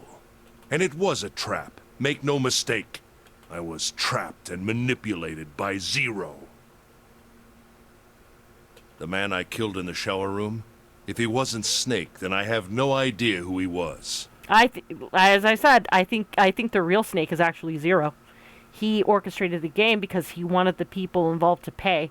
We pegged the CEO, but there's still others that are in this game who have to participate. But he was wearing Snake's clothes, and that was no coincidence. No, it wasn't. He had also been injected with something that reduced his cognition and prevented him from identifying himself or resisting me. And we can't forget the components that were removed from the red before we arrived. I have no doubt that Zero planned all of this. Zero made sure I would kill that man. Yep. Because he knew exactly what you were. It follows, of course, that Zero knew everything I would do. Yep. That I would try to take the number 9 bracelet. That I would try to kill Snake. Everything. Suddenly, Junpei remembered the paper he'd found in the safe. He remembered the last word Zero had written on it.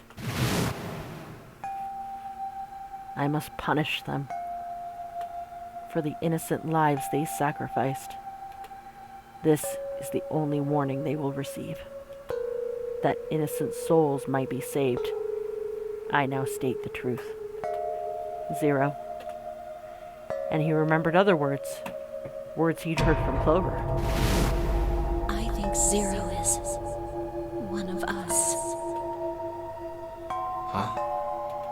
One by one, Junpei looked at the 5 people standing in front of him. Ace. Santa. June. 7. Lotus. Zero is one of us. No. Wait. There's one more person. Snake. The man who died in the shower room isn't Snake. That means he's almost certainly still alive. Maybe Snake is Zero. Yeah. He caught on to my wavelength. Maybe he made Guy X wear his clothes so that we'd all think he was dead. Where's Snake now? If he's off somewhere laughing at us. If he is Zero, he must have been lying to us about everything else. Is he watching us?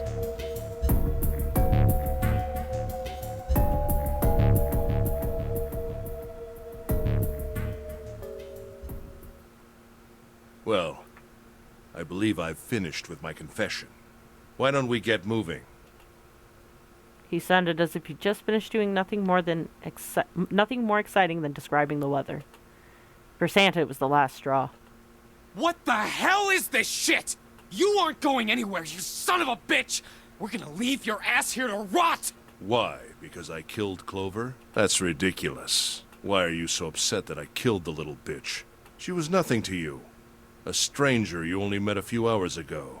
Am I wrong? Even still, you killed her. And she didn't do anything to you. Therefore, you're a fucking sack of shit. You bastard! 7 roared and lifted a fist that would likely have shattered Ace's jaw. But someone else was faster. It was Lotus. She stepped towards Ace, raised a fist of her own, and drove it straight into his nose. Blindsiding me with a punch, huh? You've got some fire, don't you? I confess, I rather like a tough woman. Ugh. He sniffed and wiped a small trickle of blood from his nose with a raised eyebrow. Well, maybe you'd like another one then. Before that, let me give you one of my own. Huh? Lotus scarcely had time to blink. Ace snaked his arms around her and pulled Lotus's back up against him. Oh, Lotus. In the same motion, he reached into his coat pocket. It was a gun. The revolver. Almost lazily, he tilted it to point at Lotus's head. The gun that we chose not to take.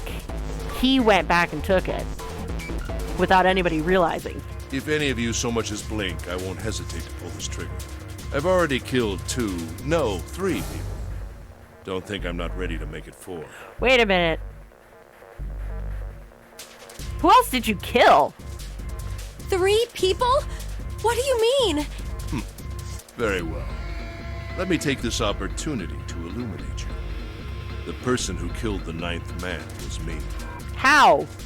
Although I suppose to be more accurate, I encouraged him to get himself killed.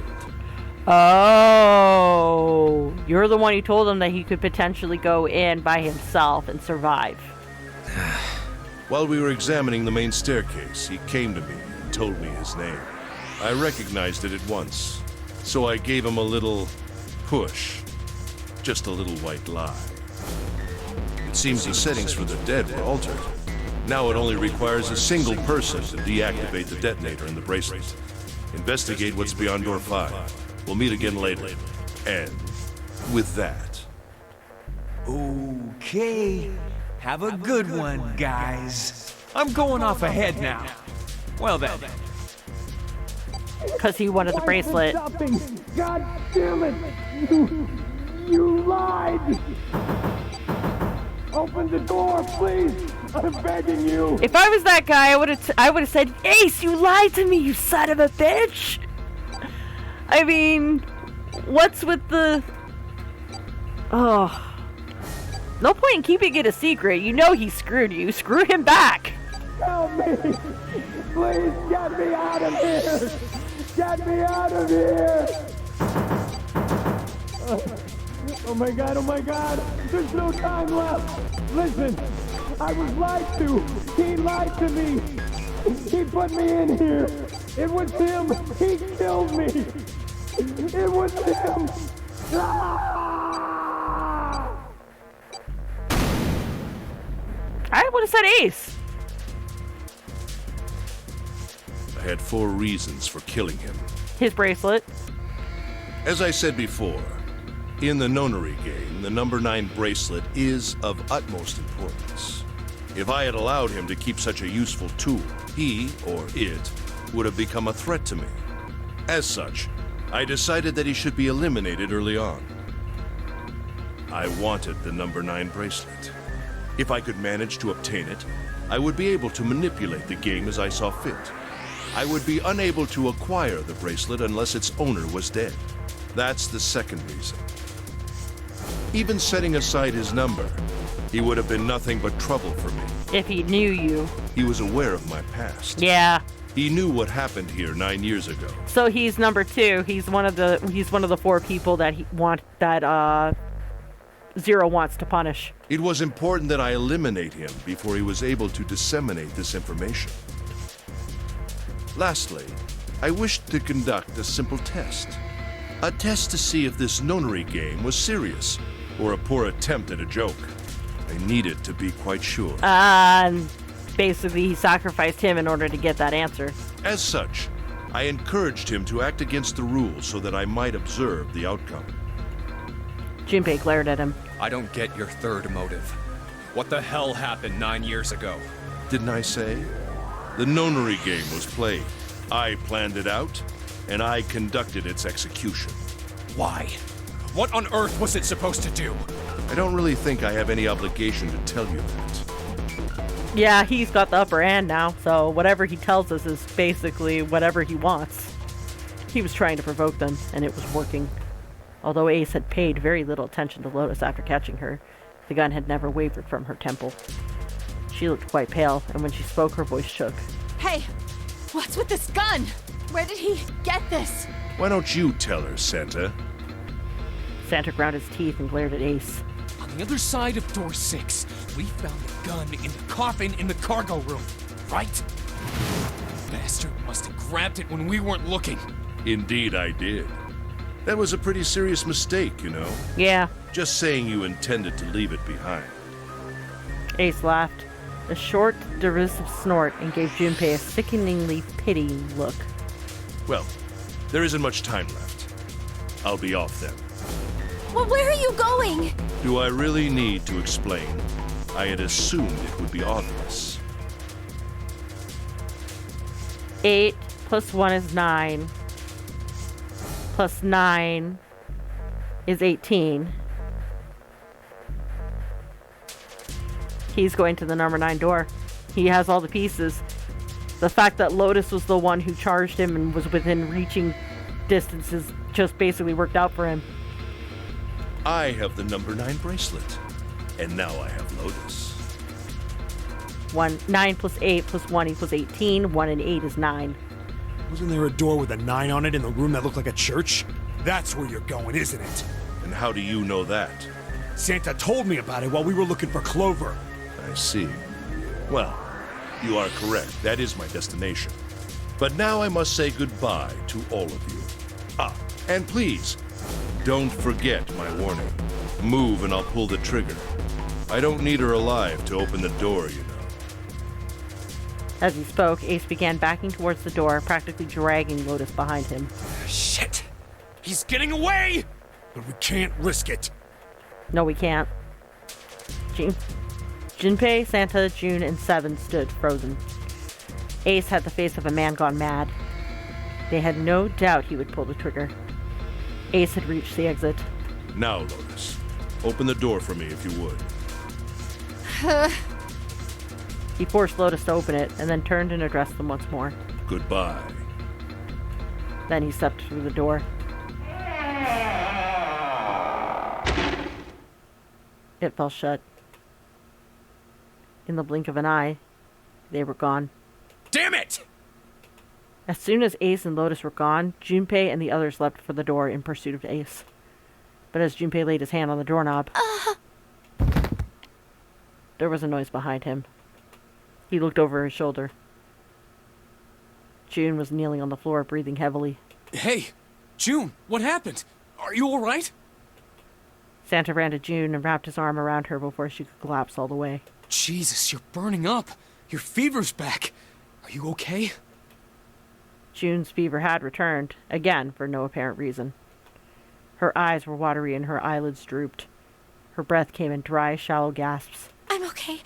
Really, I'm fine. You should be worrying about Lotus. She was breathing hard now, and she could barely summon the strength to talk. But... Junpei was torn. He couldn't leave June alone in the state she was in. But every moment they waited, Ace was farther away, Lotus's knife in his hands. What was Junpei supposed to do? June's eyes drifted to Junpei's. She managed to muster a weak smile. Junpei, don't worry about me. I just need a little rest. I'll be fine. Don't you remember? I just needed to rest a little bit last time. So please, please save Lotus. Think about what Ace has already done, Junpei. When he's got what he needs from Lotus, you really think he's just gonna let her walk away? No, absolutely not. He will kill her, and he will laugh while he does it. Damn it. You guys go on ahead.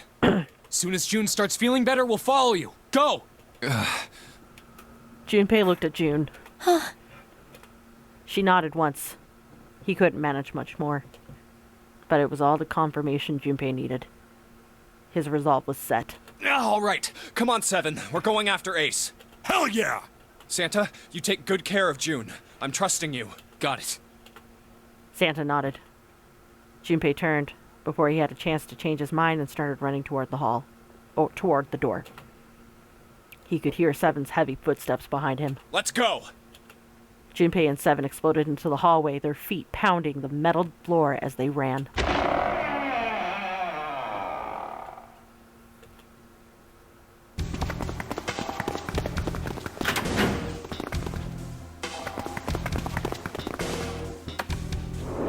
Too bad there's no stairs that we can just go down. Imagine waiting for an elevator during that.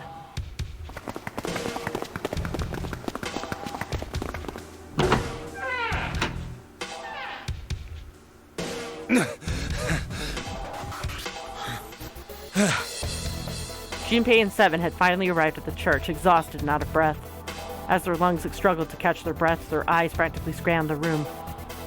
Where are they? I don't see them. You think they already went through? He reached up to wipe a palm full of sweat from his brow. Maybe. Even as he spoke, Junpei was already on his way to the larger of the number 9 doors. Let's check the red. The display panel read vacant. He spun around and headed towards the smaller door. The red would tell him if Ace and Lotus had moved to another room. Engaged. It's occupied. That means Ace and Lotus went through here. Yeah, it seems like it. Junpei and Seven stepped away from the door. They retreated to the center of the room and began to talk. What do we do now? Yeah, what should we do? Well, the big door is still vacant, but... The two of us can't do anything with it. No. Yeah, not even counting how our digital route isn't 9. Just then, as they were pondering what to do next, there was a noise. A noise like someone hitting a thick wooden panel. What's that sound? That's the coffin. In the previous ending we unlocked, someone was pounding on the coffin. Junpei looked up, surprised. Seven followed suit, his eyes jumping around the room, looking for the source of the sound.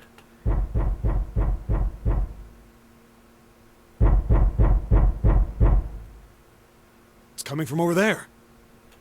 It wasn't long before they found the altar. Or, more precisely, what was on it. The coffin. Yeah. Let's open it. How? By force! I don't think that's gonna happen. Well, you never know till you try, right? The only necessity for success is the willingness to suffer 1,000 failures. Who said that? I forget. Anyway, we've got to try. It sounded cool, though. Junpei and Seven leapt at the coffin. They grabbed hold of what purchase they could find and pulled. Damn it! See? Didn't I tell you? If you could just pull it open, why would it have something like that? Seven pointed at a keypad on the side of the coffin. Right. So unless I put in the right passcode, it's not gonna open. 1, 2, 3, 4, 5, 6. The noise hadn't stopped. In fact, as it continued, it had only gotten louder and more forceful. What were they supposed to do, Junpei wondered. Was there some sort of clue somewhere? 3, 4, 5, 6. They stood there for a few moments staring at the coffin, and then Seven spoke. Hey, Junpei. I remember you mumbling about some weird numbers over by the bathroom in the first-class cabin. Yeah? You got those numbers by solving the secret message Clover was holding, right? Truth had gone. Or something like that. Yeah, that's right. What about it? Well, maybe that number's the passcode for this thing, too. Come on, that's impossible. Those numbers were the code to unlock that safe. Yeah, So? the person who set up that safe in this coffin is the same person, right? Zero set up both of these. Yeah, probably. Well, then they might have set the same passcode for both of them. Yeah, I mean, he's not wrong, and it doesn't hurt to fucking check. That's ridiculous. Why don't you just try it? I mean, it's not like you'll make things any worse. It'd just be a waste of time. There's no way they're the same number. How do you know that? You never know until you try. Exactly. The only necessity for success is the willingness to suffer 1,000 failures. Eat those words, Junpei. Who said that? You. Fine. He knelt down in front of the keypad and looked at it. Perhaps because he'd repeated them so many times before, the numbers came easily to Junpei's mind. 1438 3421. Quickly, he typed them in.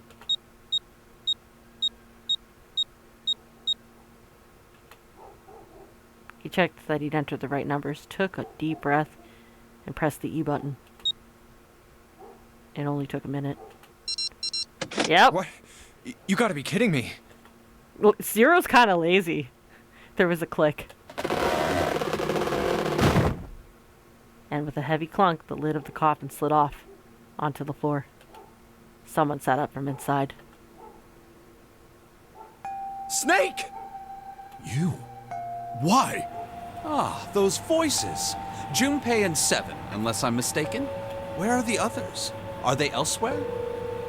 Of course, there was no reason Snake would have known anything about where anyone else would be. So wait a minute, hold up. 5 plus 7 is 12, plus 2... No, it doesn't work, never mind. It would only be 15. Junpei and Seven looked at one another. There was a great deal he needed to know, but...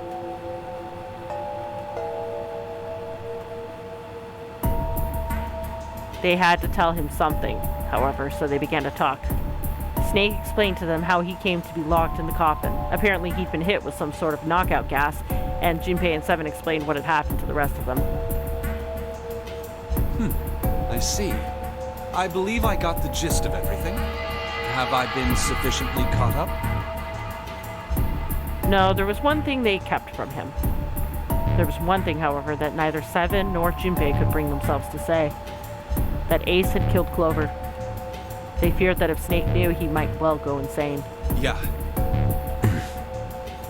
They decided as much by a look the moment Snake had climbed out of the coffin. But that still doesn't explain why you were trapped in here. We've still got no clue about Zero's true identity, let alone why the hell he's doing all this. Yeah. Why did he put Guy X in Snake's clothes? Is all this stuff somehow related to that Nonary game that was played 9 years ago? Hey, Snake, do you know anything? Junpei put the question to Snake. His answer was less than illuminating. What are you talking about?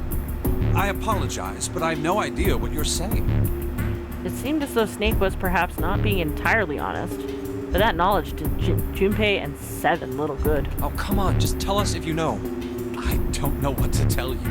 How can I know something I don't? No matter how many times they asked, he insisted that he knew nothing. It was becoming clear that Snake wouldn't give in, and every second they spent asking him was a second wasted. This is bad. We're running out of time. We need to go after Ace. However, they stood in silence, the overpowering atmosphere of the chapel almost stifling.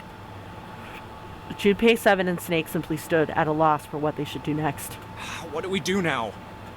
He glanced over at Snake's wrist. Sure enough, he could see the number 2 on the bracelet on Snake's wrist. The three of us can't make a digital route of 9. Yeah, we just get 5. Yep. We're stuck here then. Oh. Hey, I just remembered something. Seven began patting his pockets as if he were checking to see if any of them held anything. What? What is it? I found something earlier. What did you find? This. He'd finally found the pocket he wanted, and his hand dove into it. Seven pulled out something round and metal. Yep! A bracelet. There was no mistaking the number glowing at them from the face like a cartoon eye. Zero. Zero's bracelet. What did you say? Are you saying that 7 has the number 0 bracelet? Yeah. Where did you get that? Snake's question was innocent enough, but if he learned the truth, if he'd been able to see, he would have noticed Seven look away. Clover gave it to me. She did? Yeah. How did she come by it? Well, she found it. See, on the other side of door 1, A deck, the captain's quarters. She asked me to hold on to it because it was too big and bulky for her to be lugging around. He's lying. Junpei could tell right away that Seven wasn't telling the truth. He even told us earlier. I haven't actually looked at it yet. Didn't want to disturb the crime scene, you know? Basic stuff. Well, I did borrow one thing. He probably said that so Snake doesn't find out about Clover. Yep. All right, Junpei. Been nice knowing you. Wait, what? 7 plus 2 plus 0 equals 9. Come on, man. I'm just kidding. Still, just in case, I want to make sure the 0 bracelet gets picked up by the red. Snake, give me a hand, all right? Without waiting for a response, he started walking towards the door. Junpei and Snake followed him quietly. Before long, they found themselves in front of a larger of the 2 doors. Seven and Snake put their palms on the red. Once they'd done that, 7 put the 0 bracelet on the scanner panel as well. A third asterisk appeared on the screen. 7 plus 2 plus 0 equals 9. Now they just needed to pull the lever and the door would open. Huh? Why isn't it opening? Well, the third asterisk lit up, so it must have registered the 0 bracelet. Maybe it isn't actually 0. Huh? What? That bracelet may not actually produce the number 0 when scanned. Oh. That is what I'm saying. So basically, in the ending where Clover asked me a question, she wouldn't have gotten anywhere. Maybe it gives 10. Why don't we try a few different combinations? Perhaps we can determine what number that bracelet actually contains. Oh, got it! Junpei nodded. They decided to use the following combination. Let's try all 3 of us and the bracelet. Snake plus Junpei plus 7 equals 2 plus 5 plus 7 equals 14. 1 plus 4 equals 5. If this combination works, then the number for this bracelet is 4.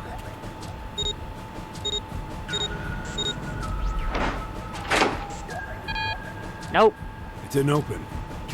Then this bracelet is not 4. Then? Junpei continued. They decided to use the following combination. Okay. Let's try Snake, me, and the bracelet. Snake plus Junpei is 2 plus 5 equals 7. If this combination works, then the number for this bracelet is 2.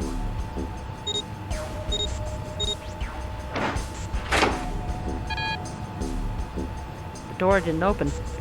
The mysterious bracelet wasn't 2. Didn't open. Guess it's not 2. Then?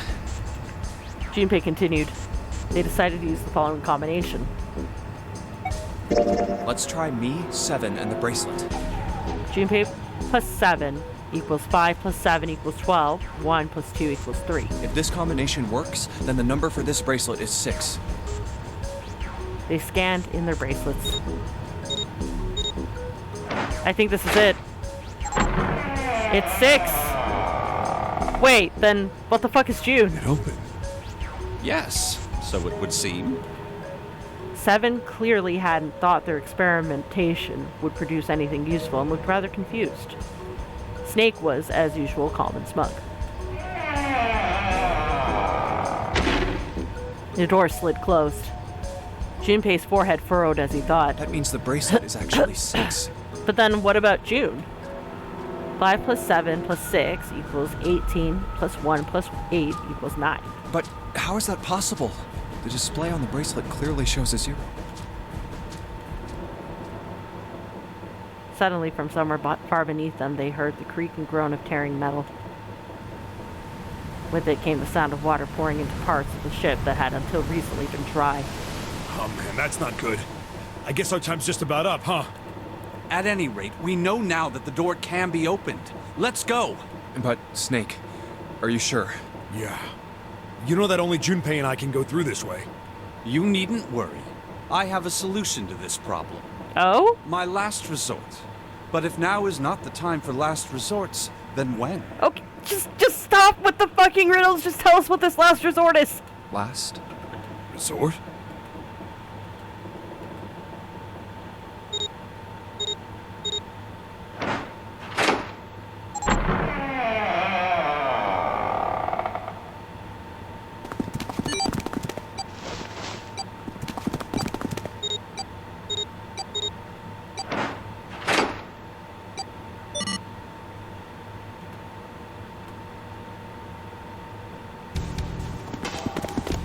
Junpei, 7, and Snake ran full tilt down a long, straight hallway. They were headed for the stern of the ship and had no time for distractions. As they ran, 7 spoke. Gotta admit, you really surprised me there, kid. I couldn't figure out how the hell you were gonna get out of that one. How come you didn't do that right off the bat? As I told you, it was a last resort. Had I used it at the beginning of the game, I would have come under a great deal of suspicion. He would have. I imagine that most people would have taken it to mean that I was 0. Once they'd convinced themselves of that, I wasn't optimistic about my chances of making it out of here alive, let alone unscathed. I felt it best to play my cards close to the chest, as it were. That way, if I were in a situation where there was nothing else I could do, I'd have a little trick up my sleeve. I'd just take my bracelet off. Snake's plan had been quite simple but effective. He'd simply removed his bracelet. How? To Junpei, it had looked as though Snake had simply crushed the bones of his hand until they were small enough to fit through the wristband. And because it's a fake hand, yes! Oh, that's brilliant! Of course, that would have been practically impossible, so how had he done it? My brother's left arm is, it's not like a normal person's arm. It's fake. It's not a real arm. Snake had slid the bracelet off and tossed it into the coffin. I know this is kind of a weird thing to say, but I'm glad that's a fake arm. You have to be afraid of the door if you don't got a bracelet. You are correct. Very true. He'd walked through the door easily without authenticating. He stepped out of the other side unscathed and began running down the hall alongside Seven and Junpei. They kept running for a while longer and eventually came upon a set of stairs leading downward on the right side of the hallway. They stopped and peered down the staircase. I think these stairs connect to the bottom deck. Doesn't look like it's underwater. They nodded quickly to one another and jogged down the stairs. It took only a few minutes to make their way to the bottom deck. There was a single hallway in front of them, at the end of which was a single door. Let's go through that door. Junpei threw it open. Inside was a massive iron gate. A plate was affixed to the top of it. It read Incinerator. Incinerator? Oh my. That doesn't sound very pleasant. No, not at all. Do you see a lever near the gate, perhaps? Yeah, right over here. How did you know that? Well, I'd be happy to regale you with the story. I imagine it should only take half a day or so. And we don't have the time, so shush. Junpei grumbled, gave Snake a dirty look, and jogged over to the lever. If you pull it, the door ought to open. Got it. He pulled the lever down.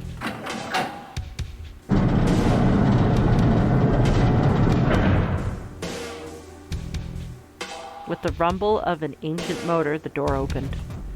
There was no need to hold back and no time to hesitate. They pushed their way inside. Standing in front of them were Ace and Lotus. Ace still held the revolver in his hand. It was still pressed hard against Lotus's temple. A small, dark bruise had begun to form near the tip. Even from several yards away, Junpei could see that Lotus was shaking. She was terrified. But perhaps more interesting was what Junpei saw behind them. 9. Another number 9 door. What? Why? Why is there another one? The door stopped Junpei in his tracks. It simply shouldn't have been there. As his brain finally began to consider why, the whine of a warning klaxon filled the air, drowning out any thought. Warning. Warning. Emergency incineration command has been acknowledged. Oh fuck. Automatic incineration will take place in 9 minutes. Please evacuate the incinerator immediately. Oh my, how exciting. Oh fuck. You've run quite a show here, Zero. A terrifying smile twisted Ace's face. What's the matter? Too frightened to understand? Here, let me explain. It's said that the incineration system is about to activate. In 9 minutes, this room will be engulfed in flame. Who are you? You don't recognize me? I'm hurt. It's me, Snake. Snake? Oh, yes. You are alive. I'm afraid your bizarre style had me confused. I'm quite glad to see that you're alive. Ace's voice didn't change. Snake ground his teeth. If you don't mind my asking, how did you get here? Snake, Junpei, 7. The 3 of you couldn't have opened a door with a 9.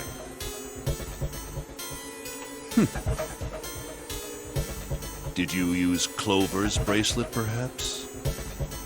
What? Oh, fuck. 2 plus 5 plus 7 plus 4 equals 18. 1 and 8 equals 9. And Snake doesn't know. Ah, well, your reaction suggests that you did not. Hold on. Why did you think we'd have Clover's bracelet? Junpei felt his chest tighten. Oh, they haven't told you?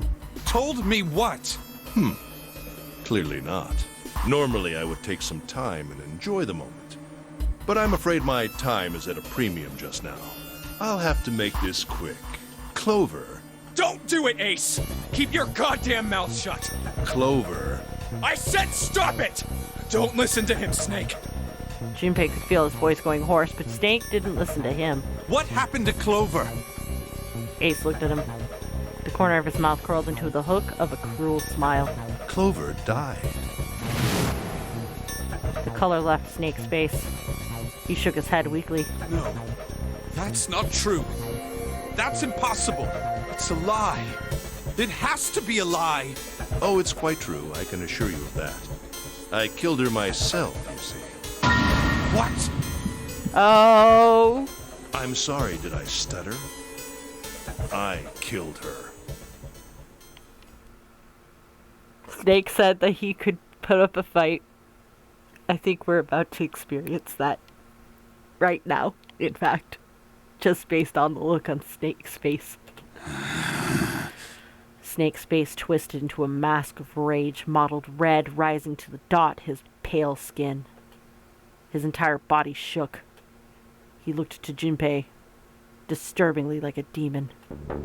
I would have rather she died with less suffering. A bullet in her brain, perhaps, would have been ideal. Unfortunately, that would have made quite a bit of noise. Circumstances being what they were, I was forced to settle for the knife. The one the ninth man had, you remember. I believe I caught her just below the shoulder blade. I was rather lucky, in fact. My first thrust went right between her ribs. Her flesh was so soft. My knife slid in so easily. There was no resistance. That feeling was... I confess, I feel rather excited. It is a powerful memory. Wow. Someday, perhaps, I hope I can feel it again. Incineration will begin in 7 minutes. I'm going to kill you. Snake's words were a guttural growl, barely audible. What was that? I'll kill you. I'll kill you. Ah, so you're going to kill me. Please do. Come now. I'm waiting. No, it's a trap. Don't do it! Don't listen to him, Snake! Stop it, kid. He's screwing with your head. Is there a problem? What are you waiting for, boy? Don't you want me to send you to join your sister? Don't! Snake! Don't do it! But Snake could no longer hear them. Snake could no longer hear anything.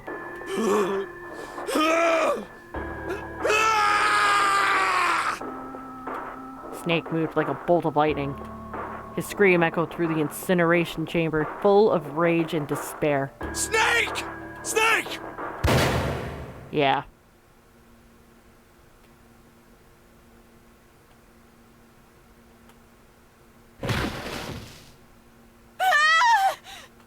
Another scream filled the room. It was Lotus. She ran across the room towards Junpei, her eyes wide with terror. Lotus!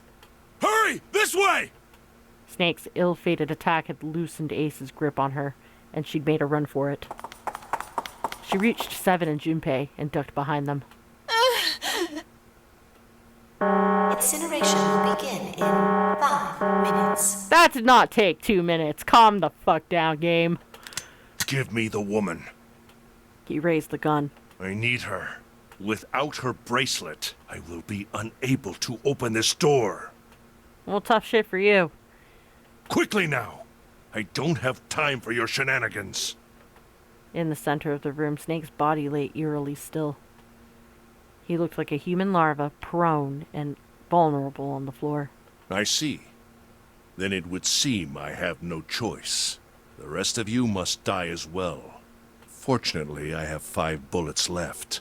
1 for Junpei, another for Lotus, And the last 3 for that lump of idiotic man you call 7. Ouch, that's not nice. I will take Lotus's body with me and leave this room.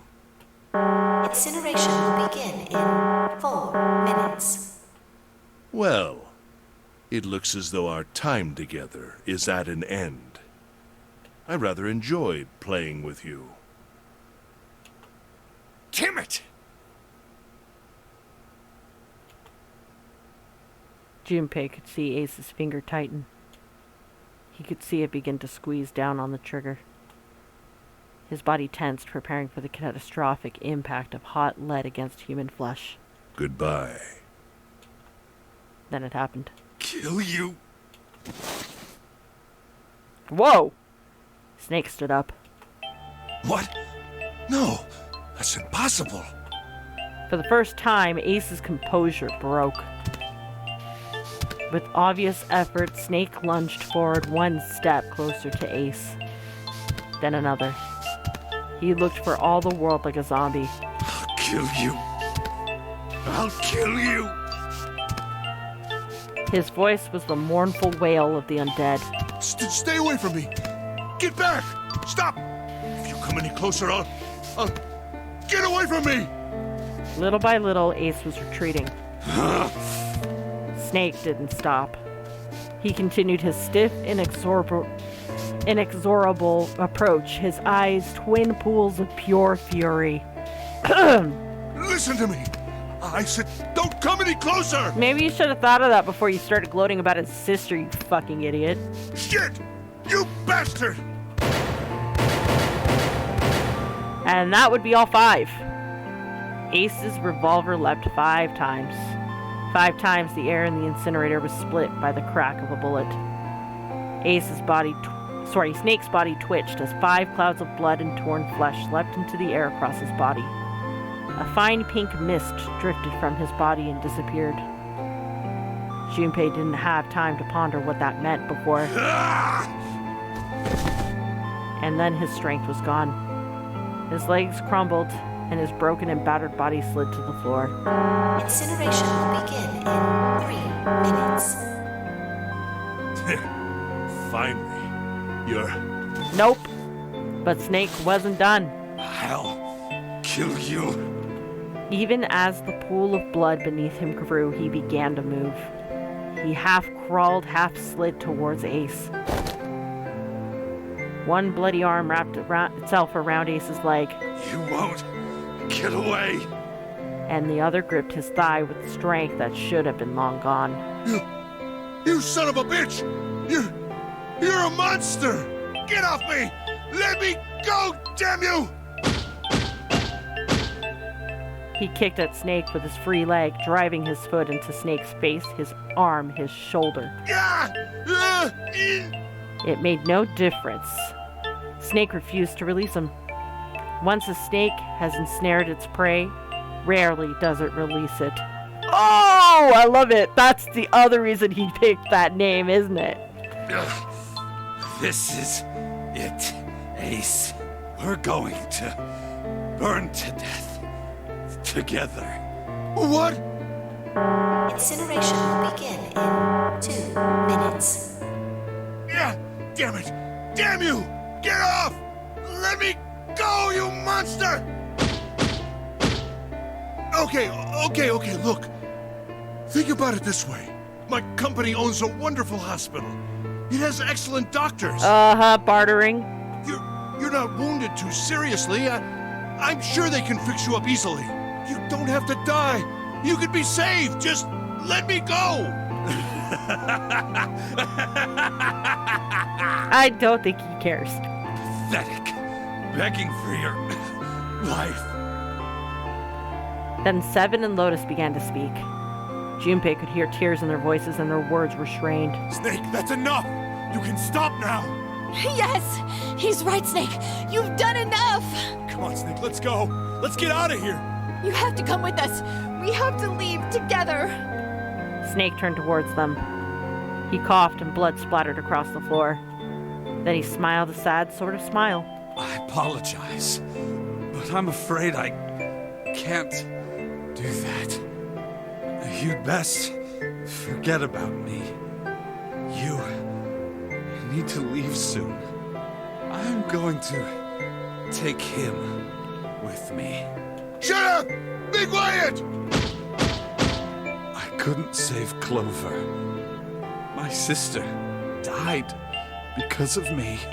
Perhaps this will begin to atone for that. Perhaps in the afterlife, she can forgive me.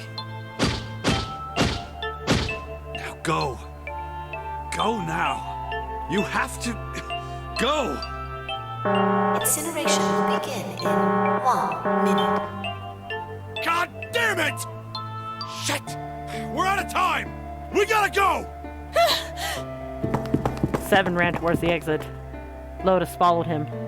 But Junpei couldn't move.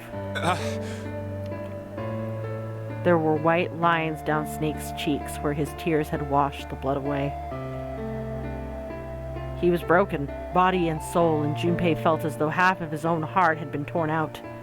His eyes stung, and he tried desperately to swallow to clear the lump in his throat. Junpei, what are you doing? You have to get out of here now! Junpei's chest tightened, pulled taut by anger, misery, and a cold feeling of emptiness. Pure emotion surged through his heart, alongside the torrent of blood. He could feel it building, a tremendous wave growing taller and taller and taller. And then it broke, crashing down with thunderous force onto his shaken, unprepared mind. Snake! Snake! Junpei's rational mind was gone. He was driven by instinct now, and he launched himself across the floor at Snake and Ace. Or he tried to. Wait! Don't be an idiot, Junpei! He felt a hand grab him from behind. It was 7. Before he had time to react, the larger man had pinned Junpei's arms to his side and was hauling him bodily back towards the door. No! No! I have to help Snake! Snake! Snake! Get off of me! Let me go! Incineration will begin in 10 seconds. 7, 6. Damn it, I don't get a choice, kid! Don't blame me for this, alright? Knocked him out. 5, 4, 3, 2, 1, 0.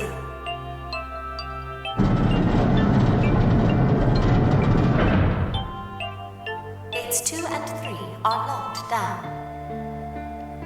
Beginning incineration. Junpei felt 7's fist bury itself deep in his stomach, and then his legs turned to mush. 7 scooped him up in the same motion and leapt through the door. It slammed shut behind them. Junpei struggled to shaky feet. He glanced over to see Lotus only a short distance away. Junpei ran to the door. He's... There was a small window cut into it. Inside he could see Ace and Snake. Shit! Damn you all! Why? Why? Why me? I don't deserve this! Answer me! Answer me, Zero! Why? Why? Zero! Zero!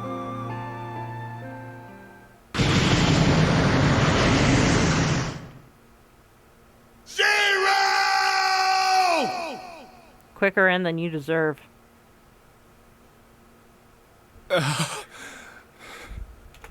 He didn't know how much time had passed. He didn't know how long he stood there in front of the incinerator. He looked to the side. Lotus's face was ashen, and if not for the hand she'd put against the wall, Junpei didn't think she could have stood. 7 looked old and tired and used. His eyes stared at the floor, seeing nothing. Junpei said nothing. He simply began to walk towards the open door and the hallway they'd come down earlier. Hey, wait! Junpei! Junpei, where are you going? He blinked when their voices broke the silence. He stopped. You stay here. I'll go get Santa and June. You're gonna bring them here? How? Don't worry about that. Just stay here and wait, all right? He began to walk again. He looked over his shoulder and watched Seven and Lotus grow smaller and smaller. They stared back, not moving. He wasn't sure if they could.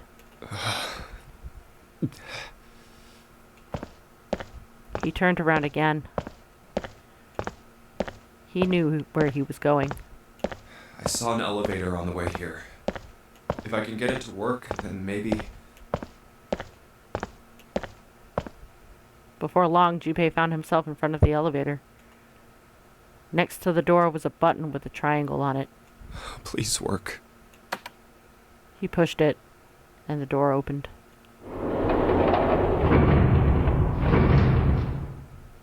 Yes.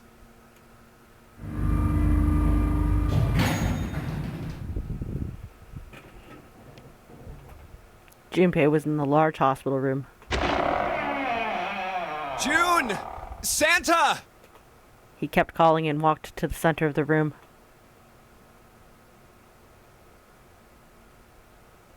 But try as he might, he couldn't find them. Damn it. Where did they go? Increasingly frustrated and increasingly worried, Junpei left the large hospital room. He had no choice. He would have to look for them. Junpei's heart was heavy. He couldn't shake the feeling, but there was a part of him that felt it would be wrong too, even if he could. With every step he took, his legs felt more and more like lead.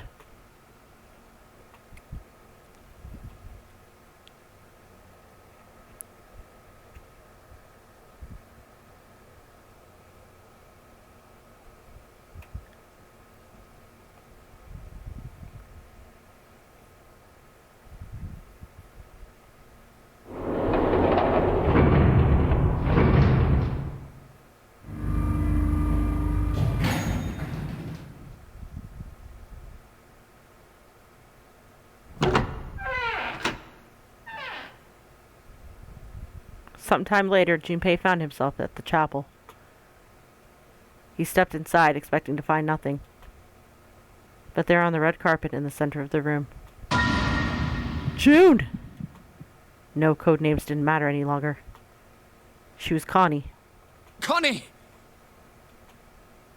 Junpei cried her name and ran. Like lightning, he ran across the room toward her. Connie! He stumbled to a stop. As he looked down at her body laying so still on the floor, he felt the icy grip of fear upon his heart. She was still. So very still. No. It can't be. It's impossible. Slowly, Junpei bent down toward her. His hand shook, and he felt very cold and very hot at the same time. He forced himself to look. Her back was moving. Slowly, it rose and fell. Relief washed over him. Oh, Connie! Junpei reached down and gently, very gently, lifted her up. Connie, are you all right? Junpei? Her face was pale, and her lips were dry and cracked. Her eyes were blank and cloudy. They stared straight at Junpei but saw nothing. Trembling, Junpei wrapped his arm around her back. She was cold. Very cold. Junpei tried to convince himself that it was only his imagination, but she felt as though she were fading away. He could feel his heart pounding frantically in his chest. Oh man. Connie, what the hell happened to you? You feel...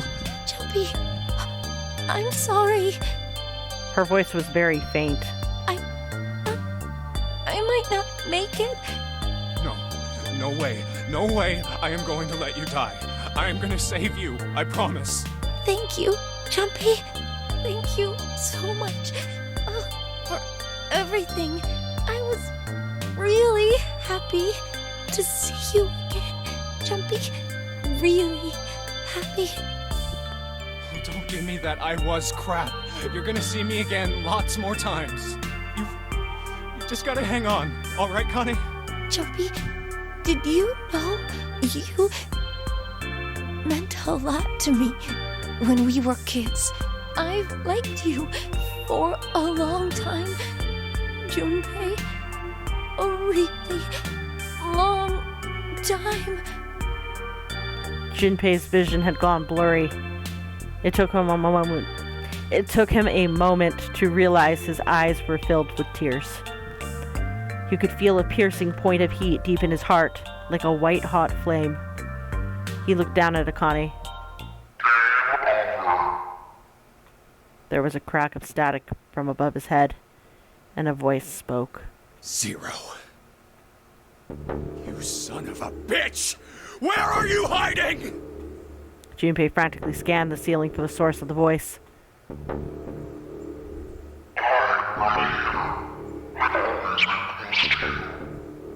Santa? What the hell are you talking about?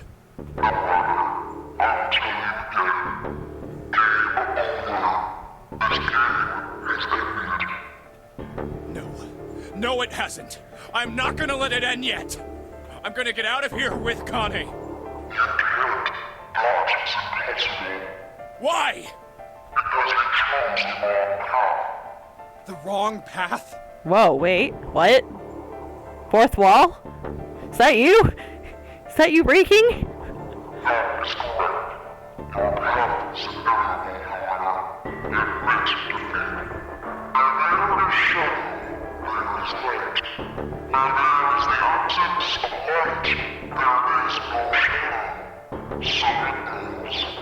What are you talking about?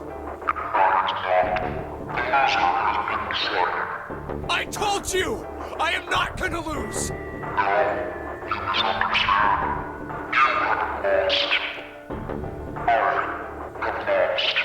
What? What? Junpei didn't have time to ponder what that meant before he heard the door slam shut behind him. He spun around. There was no one there.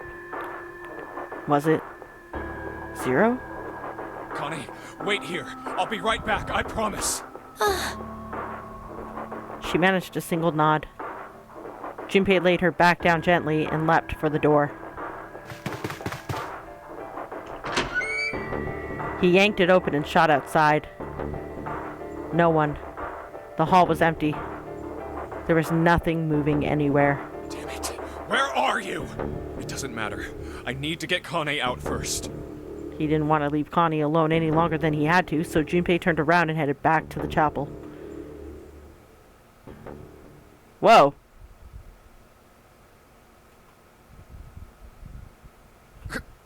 Connie! He was gone for like a second. What the hell? She wasn't there. She wasn't anywhere. She'd been lying there on the floor just moments before. And now she was gone. Oh God. No. No. Where is she? Connie. Connie! Connie! Connie! His cry split the heavens themselves. He screamed until his voice gave out. Then he screamed some more. But there was nothing. No answer. His voice faded away, and all that remained was cold, unfeeling silence. That was when he noticed it.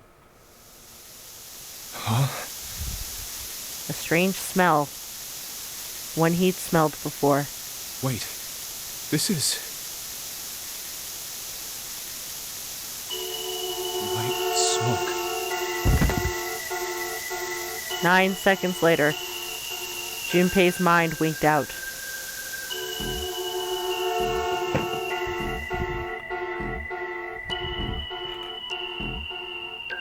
And another proper credit screen.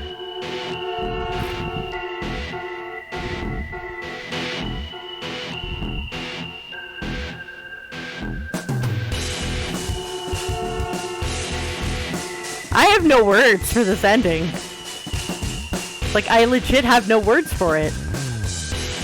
Did he knock them out so that when the ship sank, they wouldn't feel anything? But what did Zero mean by he lost? Like...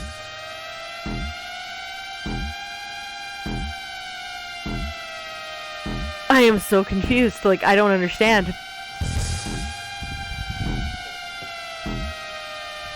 And also, regarding the revelation with Ace, that really sucks, because I actually kind of liked him.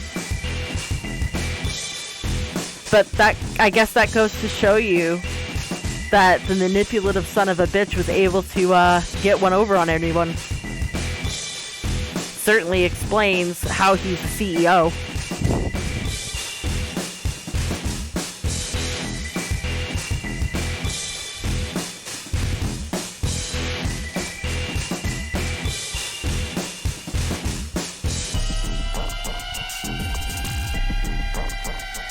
But yeah, I guess this is the ending that follows the red keys. That's literally all I did, was I followed all of the red keys, got them unlocked, as well as the case. Yep, and the end, or is it? And got the case unlocked as well, so we unlocked this ending. Chance of loss is not 0. Well, okay then. Seek a way out. Seek a door that carries a 9. Oh, interesting.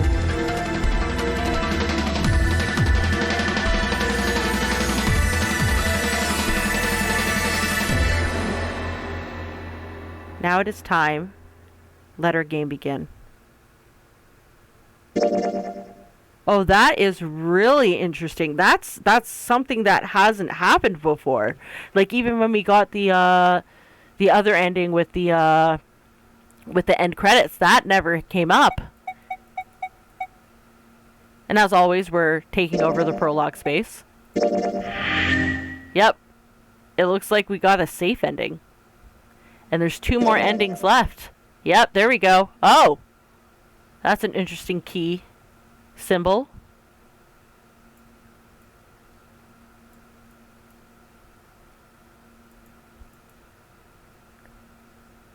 I wonder if that means that we only, well, it says we have 2 endings left, but we've got like 2 blocks that are kind of, you know, blocked off. So with that in mind, I guess we have to go back down the 4th path. I mean, it's interesting, because remember, Zero said you picked the wrong path. I wonder if that means that they picked, like, because the only thing that makes sense to me is because by going through door 5, we these keys ended up getting locked again. I wonder if they mean that we should have gone through door 4. Because even these are locked, and then these have always been locked. And then upon unlocking this, we'll get to this ending right here. Yeah, we are getting one step closer to the end of the story. We have an idea of what happened 9 years ago. My suspicion that I'm pretty sure I said that Snake had done this before, or I could have misinterpreted and picked someone else, but that's fine, whatever. I had the suspicion that someone had done this before. Yes, it was Snake. It was Snake, because remember, he said, "Oh, perhaps I shall tell you," and I said, "He's done this before." I had hoped Zero might spare me the trouble, but... You've done this before, but that was in regards to the letter he received. But yeah, no, we know what happened, that what happened 9 years ago was another Nonary game. I wonder if that means that Lotus's kids were involved in it. I mean, that would make sense. And on top of that, we know Snake was involved, and we find out that Ace was the CEO who ran the original Nonary game. We know that the ninth man was in cahoots with him, but we don't know who the other two people that Zero wanted to punish were. And that's probably what we'll find out in the final ending. Or in the... We've got two endings, so we still have two endings. I'm not quite sure how both endings are going to fit here, but we shall see, I suppose. But in the meantime, we're going to leave it at that. Thank you for watching. As always, if you enjoyed the video, please leave a like or subscribe. If not, leave a comment below letting me know what we can do to improve. And until the next time, guys. Ciao.